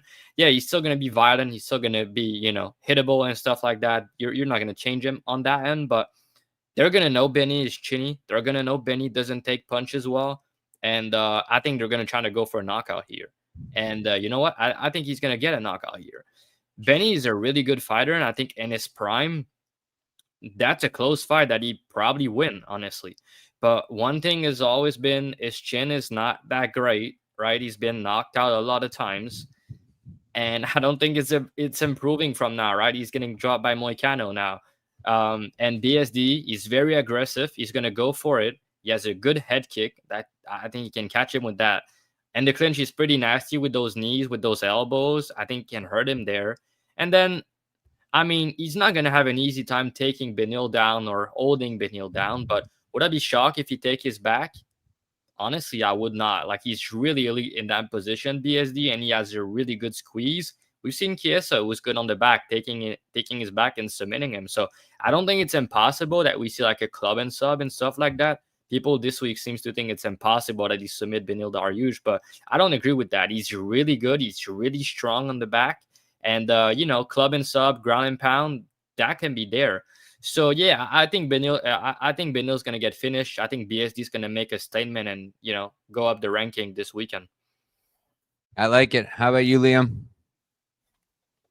I wholeheartedly agree. I'm a guy that love Benny. A lot of my guys that I like, I think they're getting felted, unfortunately, this weekend. I'm just gonna call it the way I see him, man. And again, I'm also a BSD guy. I've been a huge fan of his throughout his career. Made a lot of money on his rise. I will also say I got felted by Dustin Poirier, not for the first or last time, I'm sure, in that fight. So shout out to DP. If he ever comes back, he'll probably take my money again. The guy always finds a way. But when you look at, what Benoit Saint-Denis brings to the table, it's ruthless aggression. That is the way I describe it. Like, the guy just goes out there and he is a guy that marauds forward trying to kill you. And if he can, he'll take you down and try and break you, right? And I feel like in this fight, it would be wise for him to just come out there and try and bang with Benny on the feet and hit him hard and try and hit him with those body kicks, especially. Benny likes to kick people in the body. I feel like if you kick Benny in the body, especially at this stage of the game, he could gas out. Against Charles Oliveira, what went wrong there? The pacing. I feel like he let the pressure get to him, but also he was completely death gassed about 3.5 minutes into that fight. And if you look at, the downside risk of that, like, I've seen Benoit Saint-Denis get beat within an inch of his life and continue fighting for another 5 minutes and arguably win the third round against, Elizeu Zaleski dos Santos, when that guy was much closer to his physical prime. So you feel like you look at a guy like BSD and, the Rufy fight, I thought, was another. Y'all must have forgot. Like, everybody's ready to write this guy's death warrant in the division. And meanwhile, losing to Hanato Moicano in a fight where you're showing heart, you're showing resilience, and the doctor comes in and stops you. It's like, hey, that sucks, right? Don't take that damage early. But he showed he still wanted to be there, right? He never showed he wanted to give up. Against Dustin Poirier, did he give up? Did my man, concede? No, he got knocked the fuck out. Like, the guy's a proven knockout artist in the lightweight division. So if you look at Benny, he's a skilled guy. That cracking overhand left against Gamrot literally sounded like a gunshot. The dude's got some awesome, wins on the reel. But the fight's, on Saturday, right? It's not in Benny's prime. It's not when Benny had different hair. Like, Benny had gray hair like 5 years ago, like, my man's been kind of pushing it. And I feel like Benny just looks old when he's out there now. He looks slow. I feel like his durability against Drakkar Klose, he looked like he was ready to go when he landed the shot heard around the world. So I just feel like BSD, too much pressure, too much aggression. I think he's going to finish the fight. And I agree with Dravi's point about, like, if he wanted to submit Thiago Moises, I think he submits Thiago Moises. He just was willing to, be like, hey, bro to bro, I'll just roll your wrist and keep punching you until this guy pulls me off. But I feel like Thiago was like, please, anything. Like, just please stop doing this, And I could just see, not submitting him with process and just being a guy who beats, a submission out of Benny. Yeah, I'm gonna make it for three for three on the picks. I do lean towards BSD to get it done. I've been thinking about the money line and like laying the chalk because I do think Dariush is kind of like not done, but like he's towards the end of his career. I think the durability is kind of shot. I think that he's just not himself anymore. And I was thinking about laying the chalk. My only concern is I feel that if BSD doesn't knock him out early and he doesn't like really dominate, like Benny's going to give him a run for his money. Like, he's still scrambling. He's still really good at that. He's still a really good wrestler in his own right. And BSD can be taken down. And BSD, I do believe, still does have some cardio problems. And he's going to try really hard, but so will Beneil as long as he's not dead.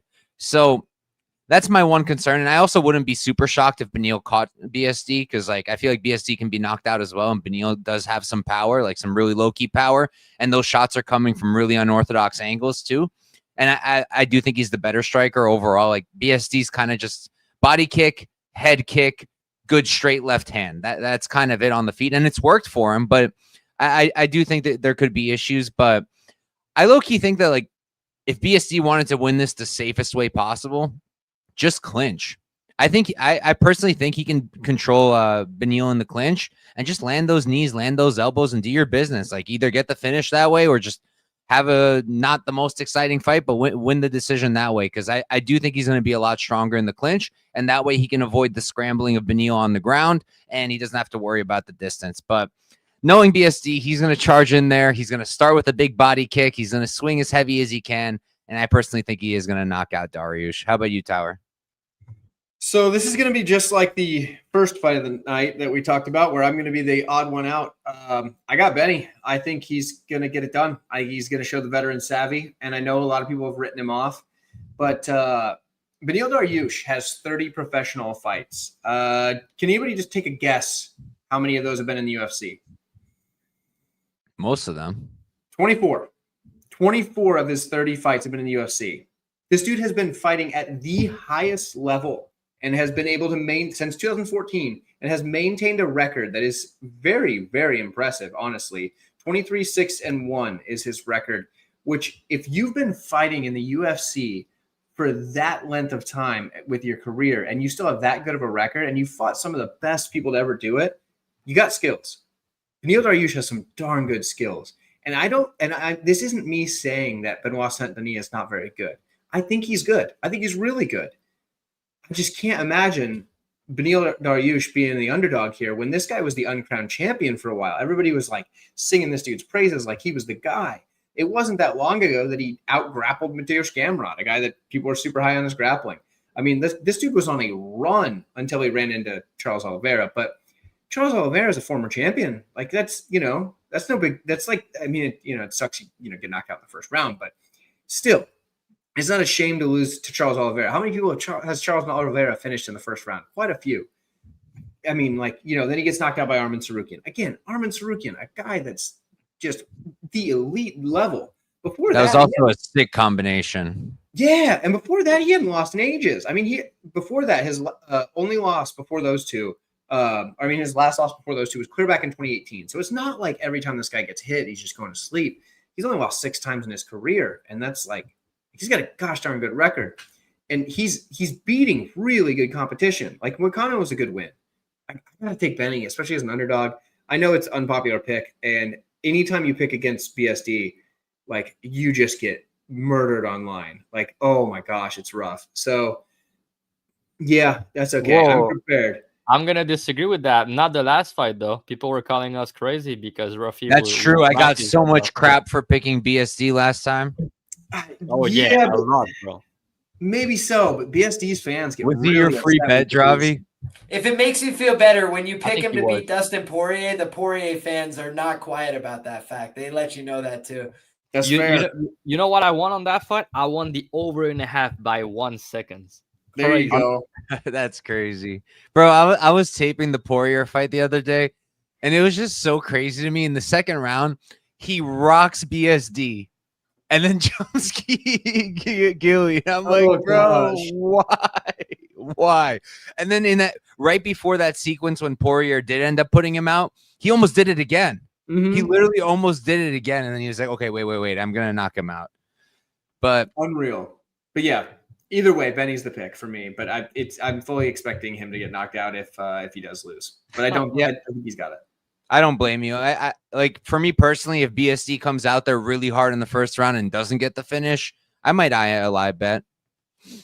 Yep. Could make some sense. And he's too darn good, man. He's too darn good. He is good. But all right, moving on. We've got Leon Edwards versus Carlos Prates. Liam, I believe you're starting us off for this one. Sure thing, man. I told people, earlier this week, I thought the way to play Leon, if you like that side, was to grab the 23-1 on the sub, was to grab Leon takedown ladders. Because frankly, this guy flat back Kamaru Usman in the very first round and took his back for the majority of the round, right? And at the time, I had bet on him there. He goes on to lose several rounds in a row, gets the win.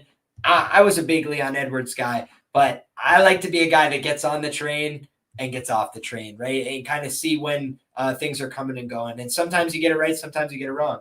I kind of thought Bilal was live against Leon, but I wasn't ready to pull the trigger there because I wasn't a big Bilal guy. Then, you see, Leon against Sean Brady next time out. Grit and guillotines, the Irish-American way. I'm all in, baby. I was pretty confident that Sean Brady could replicate the style Bilal used to beat him, which was pressure. Just pressure wrestling. That's a good way to beat him.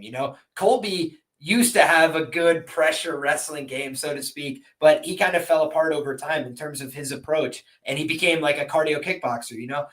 You kind of look at how this fight is going to play out, and I see a very dangerous guy in Carlos Prates, like a very dangerous striker, a guy that if you're willing to spend time on the feet, you're just going to give him opportunities to hurt you really bad. And I think Leon is a guy that's been hurt really bad a number of times, right? Against guys far less dangerous with the hands, with the striking than a guy like Prates. And he can go with all limbs. He can be very dangerous in a lot of different positions, does not settle for being on bottom either. So I think he will try and work up to his feet, right? The thing is, those are the guys that actually give up more submission opportunities, right? Sometimes you get a guy who's like willing to just be like, yeah, no, just lay on top of me. Like, it's all good. Like, I'll just lay here. It can be harder to open some of those guys up. Whereas, like, if a guy's like, I will get back up to my feet. Think Jerry Gordon against what's his name, Grant Dawson, right? Jerry Gordon was like, I will get back up to my feet because I want to win the fight, and that's how he gave up his back and got finished, right?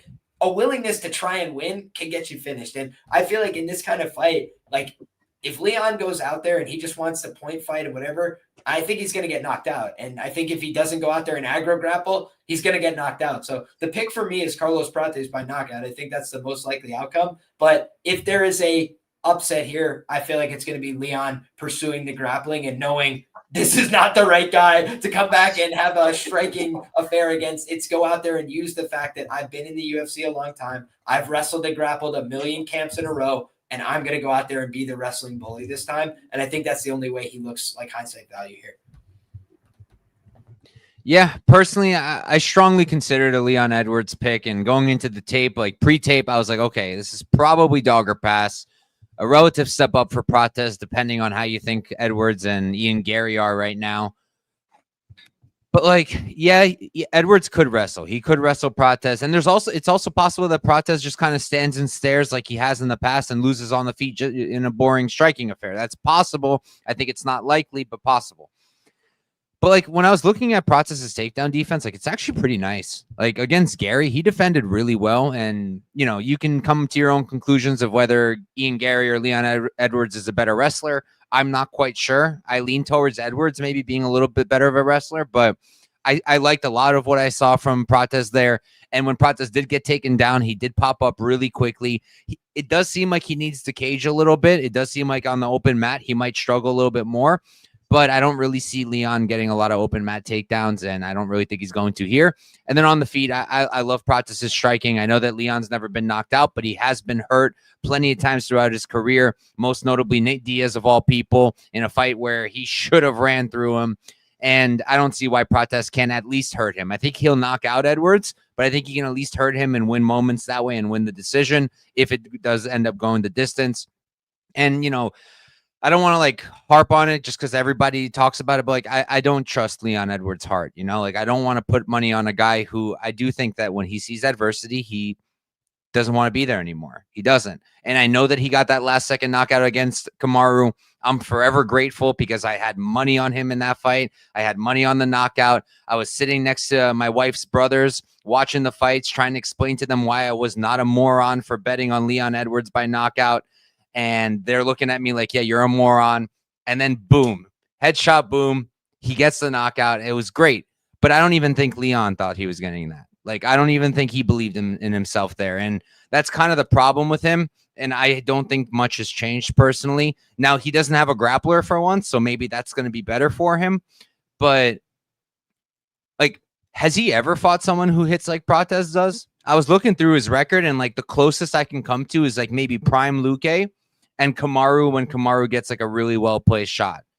But that's really it. And Prates is a much sharper striker, and I think he hits way harder than both of them. And he just has way more weapons. I think he can really fuck up Leon in the clinch. And yeah, I like Prates to get it done. It's a little bit nerve-wracking backing him, but like at chalk against someone like Leon and what is potentially a step up. But I do like him to get it done. How about you, Tyler? Yeah, I agree. Prates probably should get this one done. I like him to get the finish, much like everybody else has said. The thing that makes me think that Prates can win this fight and you don't have to worry too much about him getting knocked out is I feel like he's gonna see stuff coming like Usman didn't see that coming because he was so far ahead. And at that point, he kind of got complacent. I mean, who did? We all had like counted our Usman tickets if we had one. So I feel like this is a spot where Prates is not gonna fall for that trap, right? I mean, like he's a smart striker. He's not usually taking a lot of super clean shots at this point in his career. He's been knocked out before, but it's been a while. And I guess I don't know if he's ever been knocked out. Like I know he's got like KO losses on the career, but I don't know if he's ever been like put unconscious. Is what I'm saying. Who, Prates? Yeah. I know one of them was a retirement. He just didn't want to fight anymore. I remember that one because I watched that one leading into his Contender Series tape, but I don't remember the other one. But either way, I feel like Prates is the guy right now for this matchup. I think this is a bad spot for Leon. I would have liked to see Leon fight somebody that was also coming off a loss. That way somebody gets to bounce back, but instead they're giving him a guy that's, I mean, looked great outside of his Ian Gary performance. And even that was like, he had moments, right? So yeah, I think Prates probably gets it done. Probably knocks him out at some point, probably with a knee. One other thing I'll say is that I really wish he would stop smoking cigarettes, bro. Right? My brother went to like the fighter hotel to try to get some autographs and stuff and pictures and whatnot. He said the whole time he was there, and he was there for a while. Like fighters would filter in and out, and some would come and leave right away. Prates smoked at least 3 cigarettes just chilling out there with them, and it's like, dude, you have a really intense fight coming up. Like, why? And I brought that up as a concern going into the Ian Gary fight, and then he won the 5th round. So you know what? If it works for him, it works for him. But how about you, Dravi? Yeah, it's a really good fight, and I share a lot of the same sentiments. So I'm not gonna echo too much, but yeah, I mean you said it, Mike, but you know you can't name me a good and dangerous striker that Leon has fought in the last couple of years. So yeah, I mean he's fighting one of the most dangerous guy in the division as far as striking goes. You know, Prates can knock you out with his kicks, with his hands, with his knees. And I think Leon is low-key a bit chinny, and he's, you know, maybe out of the game right now. You know, his head doesn't seems to be into it. When you've been the champ, when you made your money, when you're on a 2-fight losing streak, and they give you a killer like that, I feel like he might try to grapple here. But like you said, and I agree, I mean, I like the takedown defense and the get-up game, the urgency of getting up of Prates when taking down. So yeah, maybe Leon can take his back. That's one of my concerns. But if he does not, and it's on the feet, Leon always end up getting his back against the fence. And when that happens, Prates is going to put it on him. Not sure he can take that power. So I think Prates is going to be the first one to knock him out this weekend. I love it. All right, moving on. We got Sean Brady versus Michael Morales. I remember when they added this fight, I think it was like maybe 2-3 weeks ago. I got so hyped. Like, I think this is such a sick fight in the welterweight division, and it is probably a title eliminator, which didn't come to mind until recently. And I'm super hyped for it, and I'm happy I'm starting us off here. I like Morales to get it done. I understand people's concerns, and I understand the whole Fugit took down Morales, Gilbert took down Morales. Sure. With Gilbert, he got right back up and knocked him out like 10 to 30 seconds later. So to me, that doesn't mean much. I understand you'll make the argument then, okay, but Sean Brady has really, really, really good top control, and that's a fair argument to make. I just think that Michael Morales, he's 26 years old. He's insanely athletic. We saw at the face-offs today. He's a lot bigger than Sean Brady. I know that Brady's an ox. He's thick. He's built like a mini refrigerator. But I just think that the athleticism and physicality is going to be a little bit different, and I do think Morales is going to be a lot stronger. He is also working with the 7-inch reach advantage. And yes, while he can be taken down, he is coming from a wrestling base himself, you know, Ecuadorian national champion, whatever you want to say. Is he going to go and take down Sean Brady? Probably not. I think that's honestly could be a smart move. Sometimes put the wrestler on their back and, you know, you can have a lot of success. But, and I honestly don't, maybe Liam can speak to this. He knows jiu-jitsu better than I do. Maybe Brady has a really good game off his back in the jiu-jitsu department. I don't really know. But I just think that could be something Morales can mix in. I don't think he will. I think he's going to want to strike. I think he can keep it on the feet. I think he has the athleticism to do it, the takedown defense to do it. I think the big cage is going to help him a lot there. And I think on the feet, he's just, I think we can all agree there that he's just a lot better. I think he does have the power to put away Brady. I think he is going to put away Brady. And the thing is, like, there's a couple things with Brady I wanted to say. first off, people are saying his striking's been improving. I personally don't think so. Like, the only data point you can really have to suggest that is the Gilbert Burns fight. And like, okay, great job. You outstruck a completely washed Gilbert Burns over 5 rounds. Like, I personally don't really rate that, especially because there's no firepower coming back your way. Like, Gilbert Burns was just never knocking him out, whereas there's a big difference here with the firepower coming from Morales. And the other thing is, are we sure that Brady can handle adversity now ever since the Bilal fight? Because in the Bilal fight, he did not handle adversity. He got put away because he had no answer. He could not take Bilal down. He couldn't strike with him. And that was it. He just had no response. And since then, it's been pretty light goings for him. He ran through Kelvin. He ran through Gilbert, although that was mostly on the feet. And he ran through Leon, and Leon, frankly, looked like he wanted to get out of there after the first round. So far, there hasn't been any adversity since the Bilal fight. If he faces adversity in this fight, are we sure that he's not going to kind of just be like, okay, I'm done? Because I'm not. So for me, it's like, I can understand the argument for Brady, but I would be a lot more interested in him as an underdog, not as a favorite. And I personally would have the line flipped. I think Morales should be the slight favorite just based off of youth athleticism, striking, power, and just hardware in general. So that's where I'm at. I like Morales, and I do think he gets it done. How about you, Tyler? Do you like? Is there like a rivalry between like New York and Philadelphia or something? Is that like a thing? Okay, that makes a lot more sense. Not one that I know about. That makes a lot more sense. I started a fuck the Phillies chant at a Mets game when I was like 10. There's just a little bit of beef, you know. I joke, of course, like it's all in jest, but yeah, I mean there is a little bit of city pride versus city pride, you know. 2 big cities, both on the East Coast. Got to rep for your city, you know. That makes a lot more sense. Okay, that makes me feel much better about it. I think Brady's going to sub him. I think he's going to get on top, and I think he's going to maul this man. And I don't think it's going to be close. I do think there is the risk of him getting knocked out on the feet. I'm not going to pretend Morales can't hit hard, but dude, if Brady gets a hold of him, like it's unreal what this guy can do to people on the ground. And like I understand people are like, oh, but he get knocked out by Bilal. He needed that. He needed that setback. It changed him. This man came back and looked career best. He looked like a champion coming back. How did it change him though? Because you need to take that loss. Okay, I get that, but what did he do different after that loss that changed him? Did you not see those fights? That looked like a different man in there. Like he wasn't just but in what way? Like think about who he's fighting. Like in what way did he look different there? He's fighting like he's dominating former champions. Like a former champion in Leon Edwards. But like okay, still, but come on, bro. Yeah, Couch. Honestly, I think cardio wise, he gassed out in the Bilal fight as well. He's looked. And is that a good thing? I'm not saying it's a good thing, but he went 5 rounds twice after that and looked great. Yeah, he had literally no adversity in the Burns fight. Yeah, because he's leveled up. He grappled a lot in that fight. His cardio looked great. Yeah, his cardio looked good, but he had no adversity. That's my point.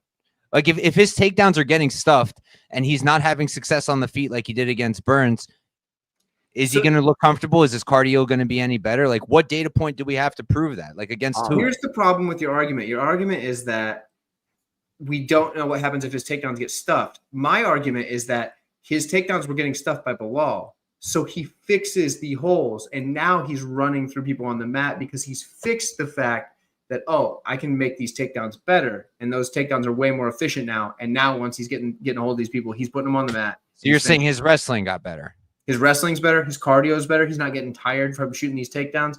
The striking's opening up because the takedowns are there. I think the guy's good. I think the guy's maybe not a future champion. He's got Islam in the division, but like I think he's got every bit the making of a champion outside of the fact that he's in probably the toughest division right now, except for maybe 135. But either way, no, I think Brady's legit. I think he's going to beat Morales, and I don't disagree with that. I think he's legit and one of the best. I just, just a minute ago, he was like he can't face adversity.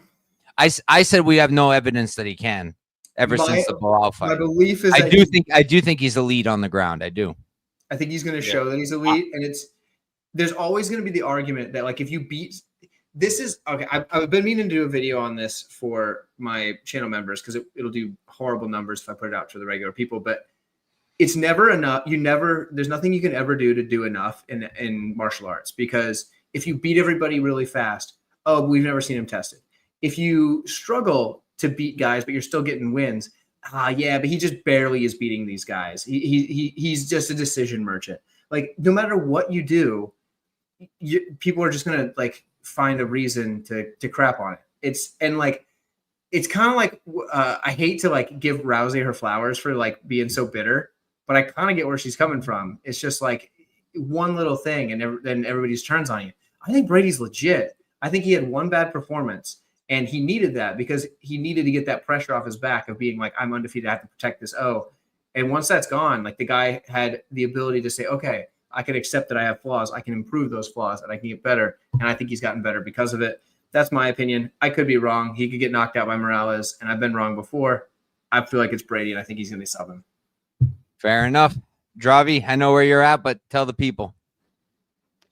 Yes, so I mean, I guess what I'm going to ask you to counter your argument is, how is Morales going to look off his back with a grappler like Brady on top of him? We have no idea, and I never said that it was a lock that he'd be great off of his back against him, but I personally think he's going to have a good time keeping off of him, and I think that the athleticism is going to help, and I do think he's going to be able to work up his way. I think that I would vastly prefer that he does not end up on his back, and that is a big concern, but I think he's going to do a good job staying away from the ground. Personally, that's where I'm at. He could, like, he's very athletic. He could stuff the takedowns, but my point is, like, I mean, who's going to win this fight? Probably going to look like a big favorite in hindsight. So I do agree with that. But, I mean, yes, Brady didn't look good against Bilal when he had adversity, but at the same time, Bilal takedown defense is probably one of the best in the division. And Morales' takedown defense looked good, but then against who? Who has he really been tested against that can grapple like that and that has a top game like that? You've mentioned the Adam Fugate fight. To me, it's not really the fact that he got taken down. It's the fact that he got control for about 3 minutes and didn't get back up. You know, Brady top game is elite, probably like top 3, top 5 best in the entire UFC right now. So if he can take this guy down, I think he will take down at least once. I think it might be the round and it could be the fight. Do we know if Morales can defend a submission? I think he can, but do we know? I've never seen it. You know, Trevin Jaya go for arm, try and go and you reversed him. But if Brady get to that position, is he going to reverse Sean Brady? I personally don't think so. And then the cardio also, you got to factor that guy is like 220 pounds outside of camp. With all the weight that he cut, if he's in a grapple heavy fight that he doesn't have success and get dominated for like a round or two, how is he going to look like? He's never been tested like that. I don't think his cardio is bad, but he's never been in a fight like that. So yeah, it's binary because if Morales keep it on the feet, he's gonna beat Sean Brady, obviously. But when you have a takedown threat against you, it can open up your striking on the Sean Brady side. Honestly, we've seen that multiple times. So, and I think this week one thing that's been underrated is how strong and physical Sean Brady is. Because all I heard is people talk about Morales' physique and how strong he is, how athletic he is. But I mean, Sean Brady is smaller, but he's fucking strong. They talk about it. Like Paul Federer talk about him being like one of the strongest guy on the mat he's ever felt. And you know, the Leon performance, I mean, you can say what you want about it. It was super impressive, and he submitted him. He's the first guy to finish him in MMA. And the fight was not even close. And Leon has made a career to defend takedowns and, you know, win fight against good wrestlers. So it was very impressive to me, honestly. And Leon has good scrambles and BJJ, and he's more proven on the ground. And he couldn't do shit when Sean Brady got on top of him. So, yeah, for me here, I think one guy can look like a giant favorite, and the same can be said for the other. But I just think Brady is more proven at this level. And I think Morales, it might be too much too soon. Too much too soon. He's still young. I feel like he's going to be the one taking that first loss and learn from this and be back in maybe 2 years. So, Sean Brady has, you know, take that loss and came back. And I mean, since that fight, I think, first of all, his cardio looked better. And also, I think mentally, he's way more confident in the cage. So, yeah, that's the way I see it personally. I think Sean Brady. Bilal's takedown defense is 90% in the UFC. So, yeah, it's pretty good takedown defense. Oh, I did want to respond to that. Against who? I mean, he got taken down twice by Leon, but it was kind of like a weird... But like outside of Brady, what good wrestlers has Bilal fought? I mean, it depends if you consider Damian Maia a good wrestler. I don't know. No. But, I mean, he was one person that's got to take down on him. But I didn't look at all of them off the top of my head. But, yeah, I mean... So if we're going to say against two, you know, like I'm going to say against two. I mean, but Bilal Muhammad is a fucking great wrestler. And he is, but you said he has good takedown defense against two. But Dravi against two, remember? Against two. Yeah, I mean, he's shown offensively that he can wrestle his ass off. And what I've seen defensively, no matter it's against who, the way he defended takedowns, he looked fucking good doing so. It goes back to the like it's never enough in martial arts, like I was saying. If you look good, it's you didn't fight anybody good. If you look bad, Yeah, it's because you're bad. I mean, I think Morales is a good fighter. I don't think so it's an too. easy fight, honestly. But yeah, I just think the more proven fighter with a massive advantage on the ground against a guy who's not been proven there yet. I mean, if Adam Fu gets controlling you for 3 minutes, I mean, I don't like to see that. No matter you can say what you want about that fight. I didn't like to see that personally. Fair enough. I do want to pull up this guy real quick. Boomer, are you implying that I'm just rambling with Tapology? I think you're saying that other podcasts tend to ramble with Tapology, whereas like we're giving. Yeah, I don't think he's talking about you. Yeah. Okay. Yeah. Just making sure. Liam, what do you think of this fight? Yeah, Sean Brady, man after my own heart, grit and guillotines, the Irish American way. I've said it many times, but I also just, again, got to keep it a buck. Like, I have real concerns about this matchup, right? Like, Michael Morales, for me, is a X factor. He's kind of an unknown. He's a massive welterweight. He's a very dangerous guy. He hits very hard. He's becoming a much more natural finisher as his career progresses. He's 26, which means sky's the limit, right? I've described him before many times with the championship ceiling, and I think, it'd be kind of criminal to sell him short of that right now, just based on what we've seen, right? And if there's major flaws in his game that have yet to be exposed, Sean Brady's the kind of guy that could do some of that, fact finding, right? In terms of a fact finding mission. But I just look at these two guys and I say to myself, the physicality of Morales, the fact he comes from a judo and a wrestling background, he's kind of got awkward hips. I don't think he's going to just get completely horsed. And now the question is, if he does get completely horsed, he's going to lose the fight, right? Like people talked about, who could look like a big hindsight favorite. That is something you have to consider here. Like Sean, when he gets his game going, when he gets his rhythm going, he's a monster, right? Like no one wants to be underneath that guy. That's a fact. But if he can't get his game going, we kind of saw what happened against Bilal. Like he kind of lost a little bit of that confidence and it got beaten out of him, right? The thing about Bilal is he's not really putting guys away like that. He's not really getting guys to capitulate like that. And I just felt like Sean, kind of had his no mas moment. And like, maybe it was an isolated incident. Maybe we never see it again. But, if Michael Morales jams up his nose with the first jab of the fight and he's got that huge reach advantage, maybe Sean turns into a different guy, and that would be my only concern, right? Coming into a fight like this. I think that both guys are talented, but I feel like, we're pricing in the fact that Brady has a path to a dominant victory. And I just feel like Morales on the other side, probably not seeing as much of the sharp money. I feel like people are still skeptical about this guy, and maybe rightfully so. We'll find out. I'd probably keep my hands clear of this one, though, because I'm a Sean Brady fan, and I have some worries here. Like, if I was his manager, I wouldn't have taken this fight personally. But all right, we can move on, and I'll say we're good then, Boomer. We're good. Next up, we got the co-main event. We got Valentina Shevchenko versus Weili Zhang. Tyler, you're starting us off, brother. Something tells me I'm probably going to be on an island here too. Everybody seems to be on Weili, and I got Chevy all the way. I think she's going to do what Chevy does and win this fight. I mean, it's weird because I thought for sure more money was going to come in on Weili because now there's a lot of things. I'm going to say a few things here, and I don't want somebody to jump on me the second I say the first part because everybody will typically. So just give me a minute to talk this out, right?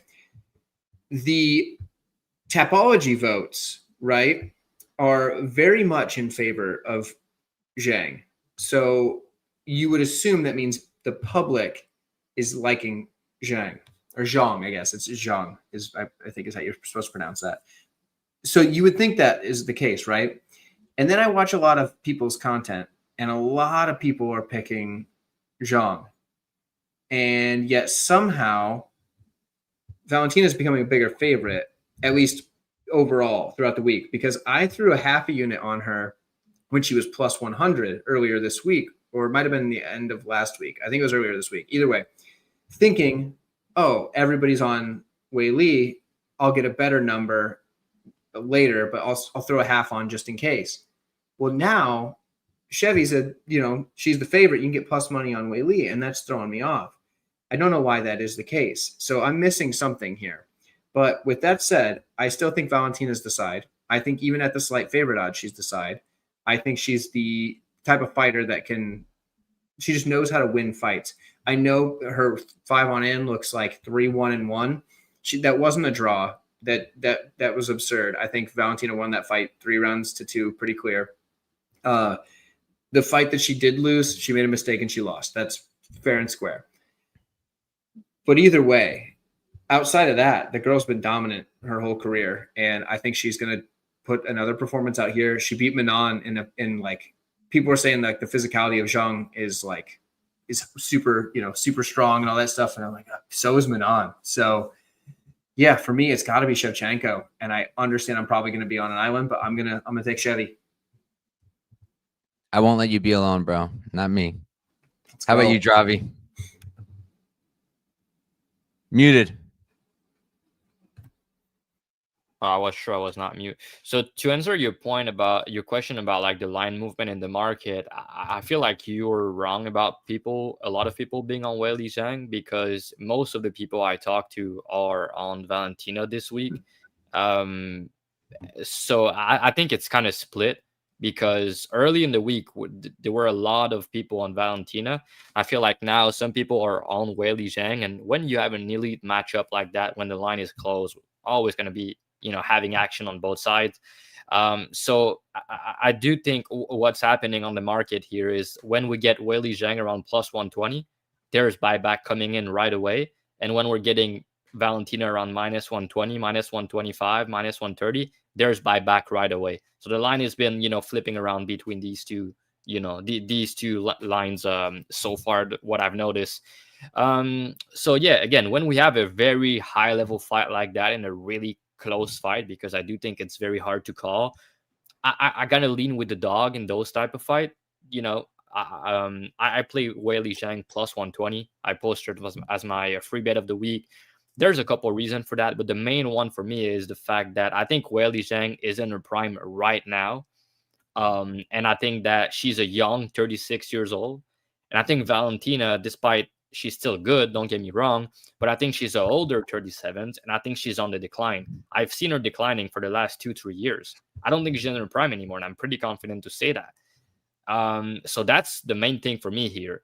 And yes, Manon is physical, and yes, Valentina might be more physical than Weili, but Weili is a fucking freak athlete, and she's very athletic, and in scrambles and stuff like that, she's very fast. So I think that's different than Manon, because Against who though? Against Stop it. I don't want to keep that breakdown for 5 minutes, but I yes, just messed with you. Yeah, I mean, I do think she's a freak athlete, and I think Valentina has struggled when people are strong and can match her physicality, and I think Weili Zhang can do that this weekend. And also, I think the same can be said for both girls. I think they can both get takedowns, right? They've both struggled when they get off their back. But what I've noticed is Valentina, when people take her back, she's not look great. Tyler Santos fight, Alexa Grasso fight, right? So if you take her back, I don't think she's great in that position defensively. And I think Weili Zhang is going to go for back take.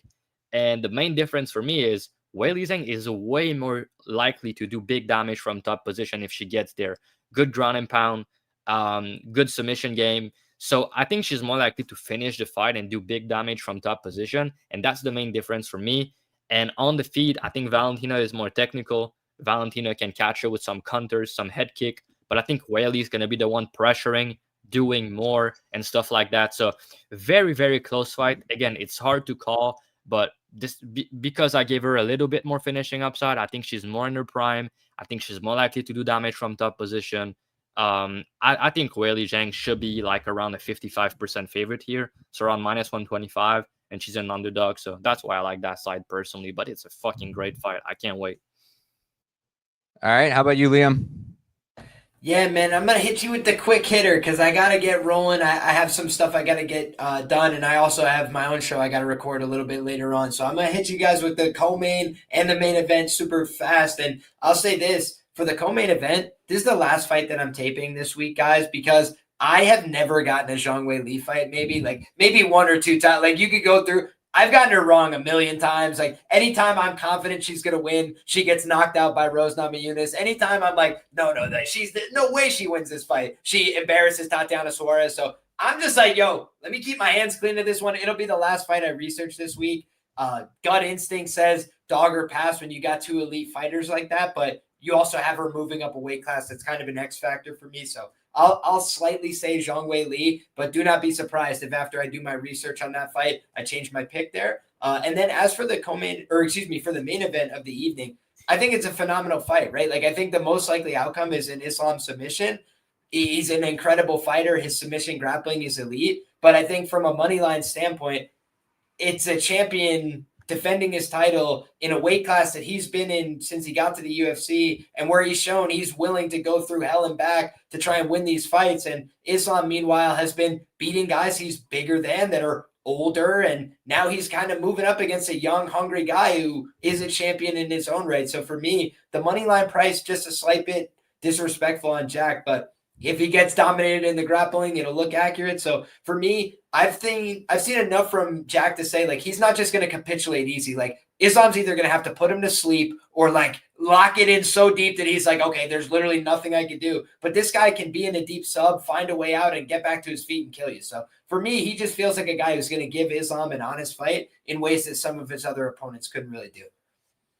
All right, love it. Thanks for coming on, Liam. Appreciate you. Also, peace, love, and chicken grease. Thank you guys so much for having me. Power panel, some of the sharpest guys, and my guy Dravi, it's always a pleasure, even in passing, my brother. So I didn't get to say anything to you before the show. I wanted to say as I'm headed out the door, thank you very much, my brother. Always a pleasure. Thank you very much, Couch, for having me. 138 MMA. I've said it before. I think I've tweeted this out, but the guy is putting out original content that's very, very good, high quality, great analysis. Fucking love all this stuff that you guys are doing. So God bless. Thank you to everybody in the chat as well for the love and support. I got to go walk my dog and, take care of my lady and eat some food. So take care, everybody. Peace out, Liam. Peace, love, Good luck, bro. Thank you guys. See you guys. I'm actually pretty proud of us. 14 fights, 4 people, us of all people, in only 2 hours. Could have been 3. Could have been proud. But yeah, for me here, super sick fight. I'm not super confident on a side. I've been talking to Dravi about it all week. Like I really can't come to a firm conclusion. I do lean towards Valentina, and similar to you, Tyler, I did expect her to be the underdog. I did not expect her to be the favorite. And I woke up one morning and I saw Valentina minus 130, and I was honestly pretty surprised. And I was even more surprised that it just hasn't moved. It's kind of stayed the exact same. A little bit of money came in on Wei Li, then a little bit more money came in on Valentina. For me, it really just comes down to like a few things. Like, first off, I just think that if we're going to talk grappling, I do think that Shev's a better offensive wrestler and defensive wrestler. I think that defensively, that's been something that Wei Li has struggled with in the past, and she worked really hard to fix it, and she has improved her counter grappling a lot and her offensive grappling a lot.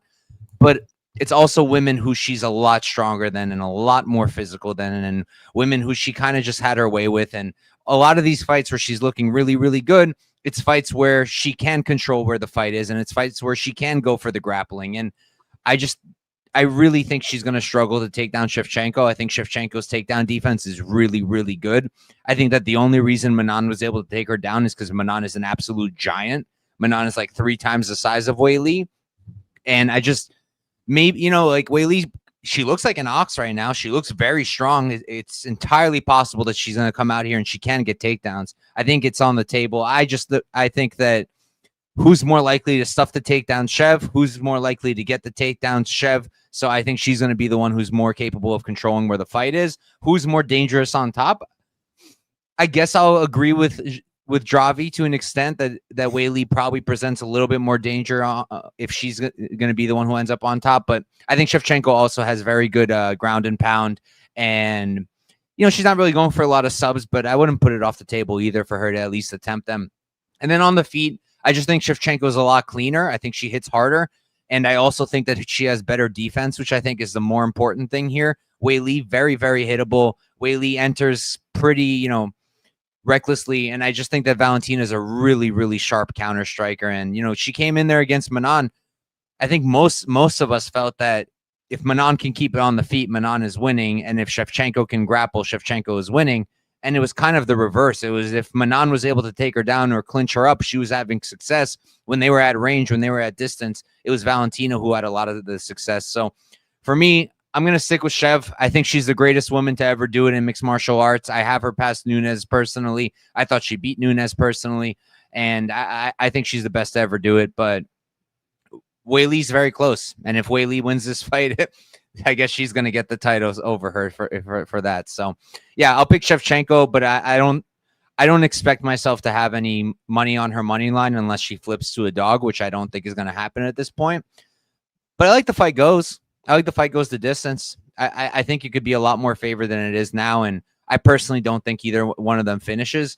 If anyone does, I guess like Weili late, if she's able to pace Shevchenko. We have seen it happen to Shevchenko, but I just don't really think she will. And I know Dravi touched on the back takes thing with Grasso and Tyla, but like Tyla is a really good grappler. Like that's her thing, and Tyla's also like on all the steroids possible. And I just don't think Weili's as good of a grappler. And then with Grasso, I just think Grasso got really, I don't want to say lucky. She was very opportunistic and she took advantage of the moment. And Weili could for sure. I just don't think it's like a high likelihood outcome at all. I think we go the distance. I think it's an awesome fight. I lean Shevchenko, but I wouldn't be surprised if we heard it and knew. And we can move on to our main event. We got Jack Della Maddalena versus Islam Makhachev. I believe it's going to be you, Dravi, starting us off. Who you got? Fucking good fight again. So we have another fighter moving up in weight, and Makhachev, obviously. And what I'm going to say is I don't think he's going to be undersized at all at this division. I think it's probably going to be better for him. Did you see the face-off? Yeah, I did. He looks big. Yeah, and it looked like he put the weight the right way. And, he's a guy that had a massive, massive weight cut, and I just have to believe it did affect his cardio and durability a little bit. And I think at 170, he's probably going to do better, but we don't really know, right? We don't know about his cardio late. Is that going to affect him? Is it going to be slower and stuff like that? So it's always hard to gauge. But personally, I tend to think that it's going to be better for Islam. And in this fight, I like GDM. He's honestly one of my favorite fighters. Watching back his tape, I'm like, yeah, I like this guy, man. He's so fun. The first time I saw an event live was the last time in Montreal when he beat Bilal. I had money on him, and I was so happy watching that fight live because it was a banger and he looked so good. But honestly, the way I look into this fight, I'm like, there's no way Islam is not going to be able to take him down early on. I don't see that at all happening. And if Islam is taking him down early and often, Jack is really good in scramble and getting back up, but he put his head in bad position. He gave up his back sometimes. And I think in this fight, that can be big trouble for him if he does that, just because Islam is very fast as when you lock that Darce choke. And, I know Jack is a tough guy and he's not like a guy that looked to tap, but if Islam locked that Darce, I mean, it doesn't matter how tough you are. You're going to need to tap because you're going to go to sleep.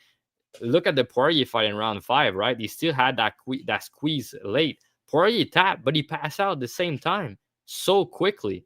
So that's very impressive to me. And so, yeah, I know Jack is doing a lot of BJJ with good guys. He has good preparation. And I think late in this fight, he's very live. But I do think Islam is going to catch him in a submission, and he's probably going to get him, unfortunately, because I like Jack. But, I mean, if Islam doesn't sub him in like the first 3 rounds, then I think Jack in round 4 and 5, he's been there, done that, and I think he has the better cardio. I really like his boxing and his body work, so that can be good as the fight goes. And I think as the fight goes in round 4 and 5, I can see Jack stuffing more takedowns, having more success. The body work's going to add up and stuff like that. But I just don't really see him going past 3 rounds in this fight, personally. But yeah, it's a really good fight, so excited to hear what you guys have to say about this one. Yeah, I want to start with this comment because I've been hearing it all week of, like Bilal just didn't wrestle at all. He shot 9 times. And he only got 3 of them. So let's not pretend like he didn't shoot a single takedown. He did, and he shot in every single round except 4.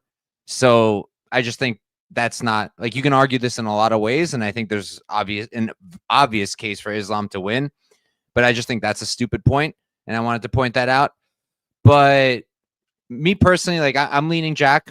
Maybe it's a bias, but I just think that when I'm looking at it, and I'm looking at the Volk fight, the first one, and I'm looking at the Poirier fight, and I'm seeing that they did give him issues in the grappling. They were able to scramble. They were able to get back up on the feet. They were able to stuff a lot of it. Volk was able to have a lot of success in the clinch too. I don't see why Jack can't. I just don't. Jack is 29 years old. He's still 29. He's still improving. He's a natural welterweight. He's not a massive guy, but he's a well-built guy. And I think that he's a really good boxer. I think that he's probably one of the better boxers that Islam's fought to date. It's up there with Poirier as it's one of them. I think that he's got power. I think he's got speed. I love the body work. I think he's going to throw a lot more volume than Islam will. I think whenever they're on the feet, I do lean towards JDM. I think that Islam is slick. I think he's sharp, but I just like JDM's striking better. I like his defense better, and I like the output better. I think the work rate in general, and I think that his scrambling is really good. I think that he's going to give Islam issues. I don't think it's going to be easy for Islam to control him. I think it's possible that Islam takes him down and subs him for sure, but I don't think it's going to be easy. I think he's going to make him work, and I am curious. Dravi kind of touched on it. I'm curious on how the weight is going to affect him. You know, he is moving up. What is it? It's 15 pounds. And on one hand, like, it could be good for him because it'll means he's cutting less weight. Maybe the chin is even better. Maybe the cardio is even better. But on the other hand, it could mean he's slower. And I think if he's slower, that is going to affect him a lot in this fight. And they are in a big cage. We're not in the apex. So, yeah, I like Jack to get the upset. I think he's going to make Islam work. I don't think he's going to knock Islam out. I think he can land big shots. I think he can win moments. I don't think he'll get a knockout, though. I think he'll get a decision. I think it's going to be an awesome fight. I'll be there live. And if he gets subbed, he gets subbed. It is what it is. Islam is a generational talent. He's pound for pound #1 for a reason. But I think Jack is going to give him a run for his money. And I think at plus 215, you could do a lot worse than backing Jack here. So that's where I'm at. How about you, Tyler? Mike, before Tyler go, GB mentioned in the comments, and I saw it myself, GDM decision is plus 900 on Bet Rivers. You kind of have to sprinkle that, honestly. If you think he doesn't finish him, I think it's a good prop. Like, for me, I kind of lean KO if he win, but it's really close. Like, I like the decision for sure. That's the way I lean. I mean, 9-1 is pretty crazy, man. Honestly. Yeah, I think he can knock out Islam, but like, realistically, I don't think he will. Like, I think it's a really low percentage outcome. I think if Jack's winning this, it's an absolute dogfight, and he just is just proving a little bit too much in the scrambling, and then therefore is able to outstrike Islam. That's where I'm at. But I think the decision prop at plus 900 is nice. But where are you at, Tyler? I think this is a fight that includes the best fighter on the planet right now, and that's Islam. And I think he's probably going to win. I think he could win by any number of ways. His most likely is probably the submission. I mean, that's what he's been doing to guys mostly. I think his like competitiveness with Volk in that first fight is something that people look at in a weird way, because Volk went on to get knocked out a couple of times after that. And they forget what Volk was looking like going into that fight, right? Like, Volk was easily, if not #1, the second best fighter on the planet, right behind Islam, or the best fighter on the planet going into that one, depending on what you thought. Afterwards, I mean, Islam got the win, but it was close. But then Volk goes on to get knocked out by Islam. He also gets knocked out by Topuria. And now all of a sudden, it's old man Volk. He's kind of a has-been at this point to everybody. And with that thought, it makes it so it's like, okay, so Islam was competitive with this guy who's just a has-been, which I think is wild, but that's how it goes in MMA. That's not what my point with the Volk thing. Correct. Okay. Sure. But that's what a lot of people are bringing up. Right. And it's like, so if he's struggling with a 145 pounder that's fought at welterweight before, by the way, who's fought at what, light heavyweight or something crazy like that? Like, he weighed 250 when he played rugby. Yeah. So it's not like Volk's he's short, but dude's thick. Right. So I feel like that kind of makes people think the wrong things in that fight. I think he has the wrong idea. I think Islam is a very competent striker. I think he's a striker who can. I think he can win on the feet against JDM as well. I'm not saying he will necessarily. I'm saying he can.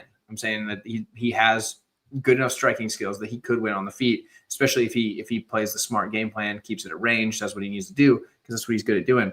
But I think if it gets in tight and they start grappling, I think that's where we're going to see a big advantage for Islam. Not because JDM's bad by any means in the grappling. I think he's pretty good in the grappling. I just think that Islam is the far better grappler.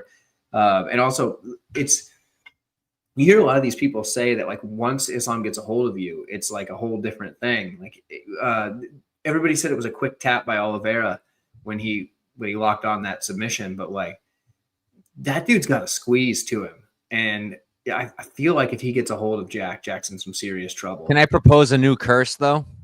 What's this new curse? Okay. So you remember when Pyfer was about to fight Hermanson and they said that he hit the bag harder than Francis Ngannou? Mm-hmm.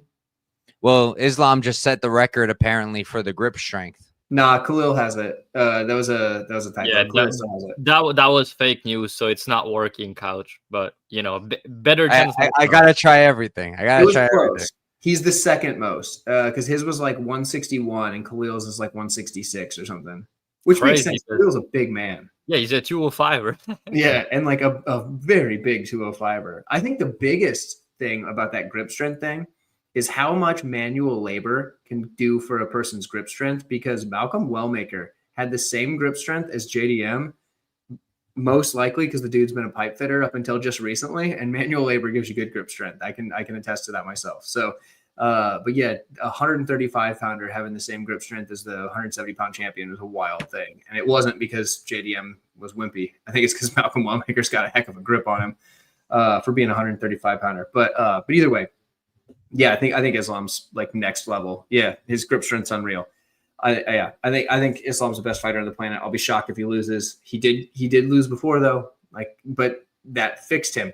Much like my point about Sean Brady, Islam realized his mistake after that fight. He got knocked out by Martins. He used to fight a little more like Khabib did. He used to come in there and like do the same kind of style where you come in and you throw your hands aggressively and you go for the takedown. He learned that's not his style in that fight. That's how he got knocked out. Ever since, dude's been calculated. Dude's been winning every fight, and he's looked darn good since. Except for the fifth round against Volk. That was rough. But the fifth round is the only round he looked bad in. Fair enough. All right. Before we hop on out, let's answer this guy's question real quick. What do you guys think the results would be? Islam versus Brady and Morales versus JDM? I'll be honest. My answer to both is I have no idea. And this weekend will be very helpful. Islam versus Brady, I have no clue. That's a really interesting stylistic matchup, and I genuinely have no idea. Morales, JDM, I would lean Morales ever so slightly just based off of athleticism, and if someone has wrestling upside in that matchup, it would be Morales, but also, I don't know. Both of those would be awesome fights. How about you guys? I agree with Boomer. Islam and JDM would be my picks. Islam because he's the best fighter on the planet, in my opinion, and JDM because I feel like it'd be one of those things where he just starts putting on the pace and the pressure, and he starts to break Morales over the fight, especially assuming it's a 5-rounder. Right, 5 rounds probably favors JDM. I agree with that. Yeah, I think Brady's tough though, so I think Islam and GDM probably. Mm-hmm. All right. There we go. Thank you guys all for tuning in. It's been almost 2.5 hours. I'll let the guys real quick tell you guys where to find them, what they have going on, and then we're all going to get on out of here. Thank you guys, though, for coming on here. Thank you, Tyler, as always, co-hosting the show with me. Thank you, Dravi, for coming on. Always a pleasure. Love talking fights with you. All right, Tyler, what you got going on this week? Where can they find you? Yeah, 130 MMA. You can find me at that pretty much everywhere. One thing that I've been doing this year that I've really been trying to do ever since the Contender Series is over is adding channel member content. It's $2.99 a month to be a YouTube channel member. There's also Patreon that's different. That's not the same thing, so don't get confused. This is cheap. $2.99 is cheap. You get videos that would not do well with the algorithm but are still MMA based. They just don't screw up my channel because if I upload a video that's not a betting breakdown, it gets like 400 views instead of the few thousand views. And when that happens, YouTube gets like, whoa, this guy sucks now. He fell off. He's done. He's a has-been. Just like we, in that. They do that, right? They do. That's why I can't do it. That's why I put them all for channel members. So if you're interested in MMA content that I put out and you maybe would like to see more stuff that I put out that isn't just like a fight breakdown, the way to do that would be a channel membership. It's $2.99 a month, which sounds like a lot. I understand, and times are tight. So I'm not trying to tell you to sign up for that. If that's not your thing, that's okay. I'm just saying that's where you can find that kind of stuff if that interests you. So that's what I got. All right. How about you, Drabi? Yeah, thanks for having me, guys. It was a pleasure to talk these fights with you. I'm really excited to see how these fights will go. Honestly, it's like one of the best cards in the entire year. So, yeah, so I mean, you can find me Dravi on Twitter or X, whatever you want to call it. And yeah, nothing really to plug outside of the podcast. So, Beat the Line broadcast on YouTube. We are less than 60 subs away from 1,000 subs. Get them to 1,000 already. We're really trying to push to get 1,000 before the end of the year, and we're going to have great guests till the end of the year, big names. So make sure you're subscribing, going live every week, and make sure you're subscribing to my guy Mike as well, doing great content as well. So yeah, good luck this week, guys. I hope we all cash big. All right, guys. Peace. Thank you all for tuning in.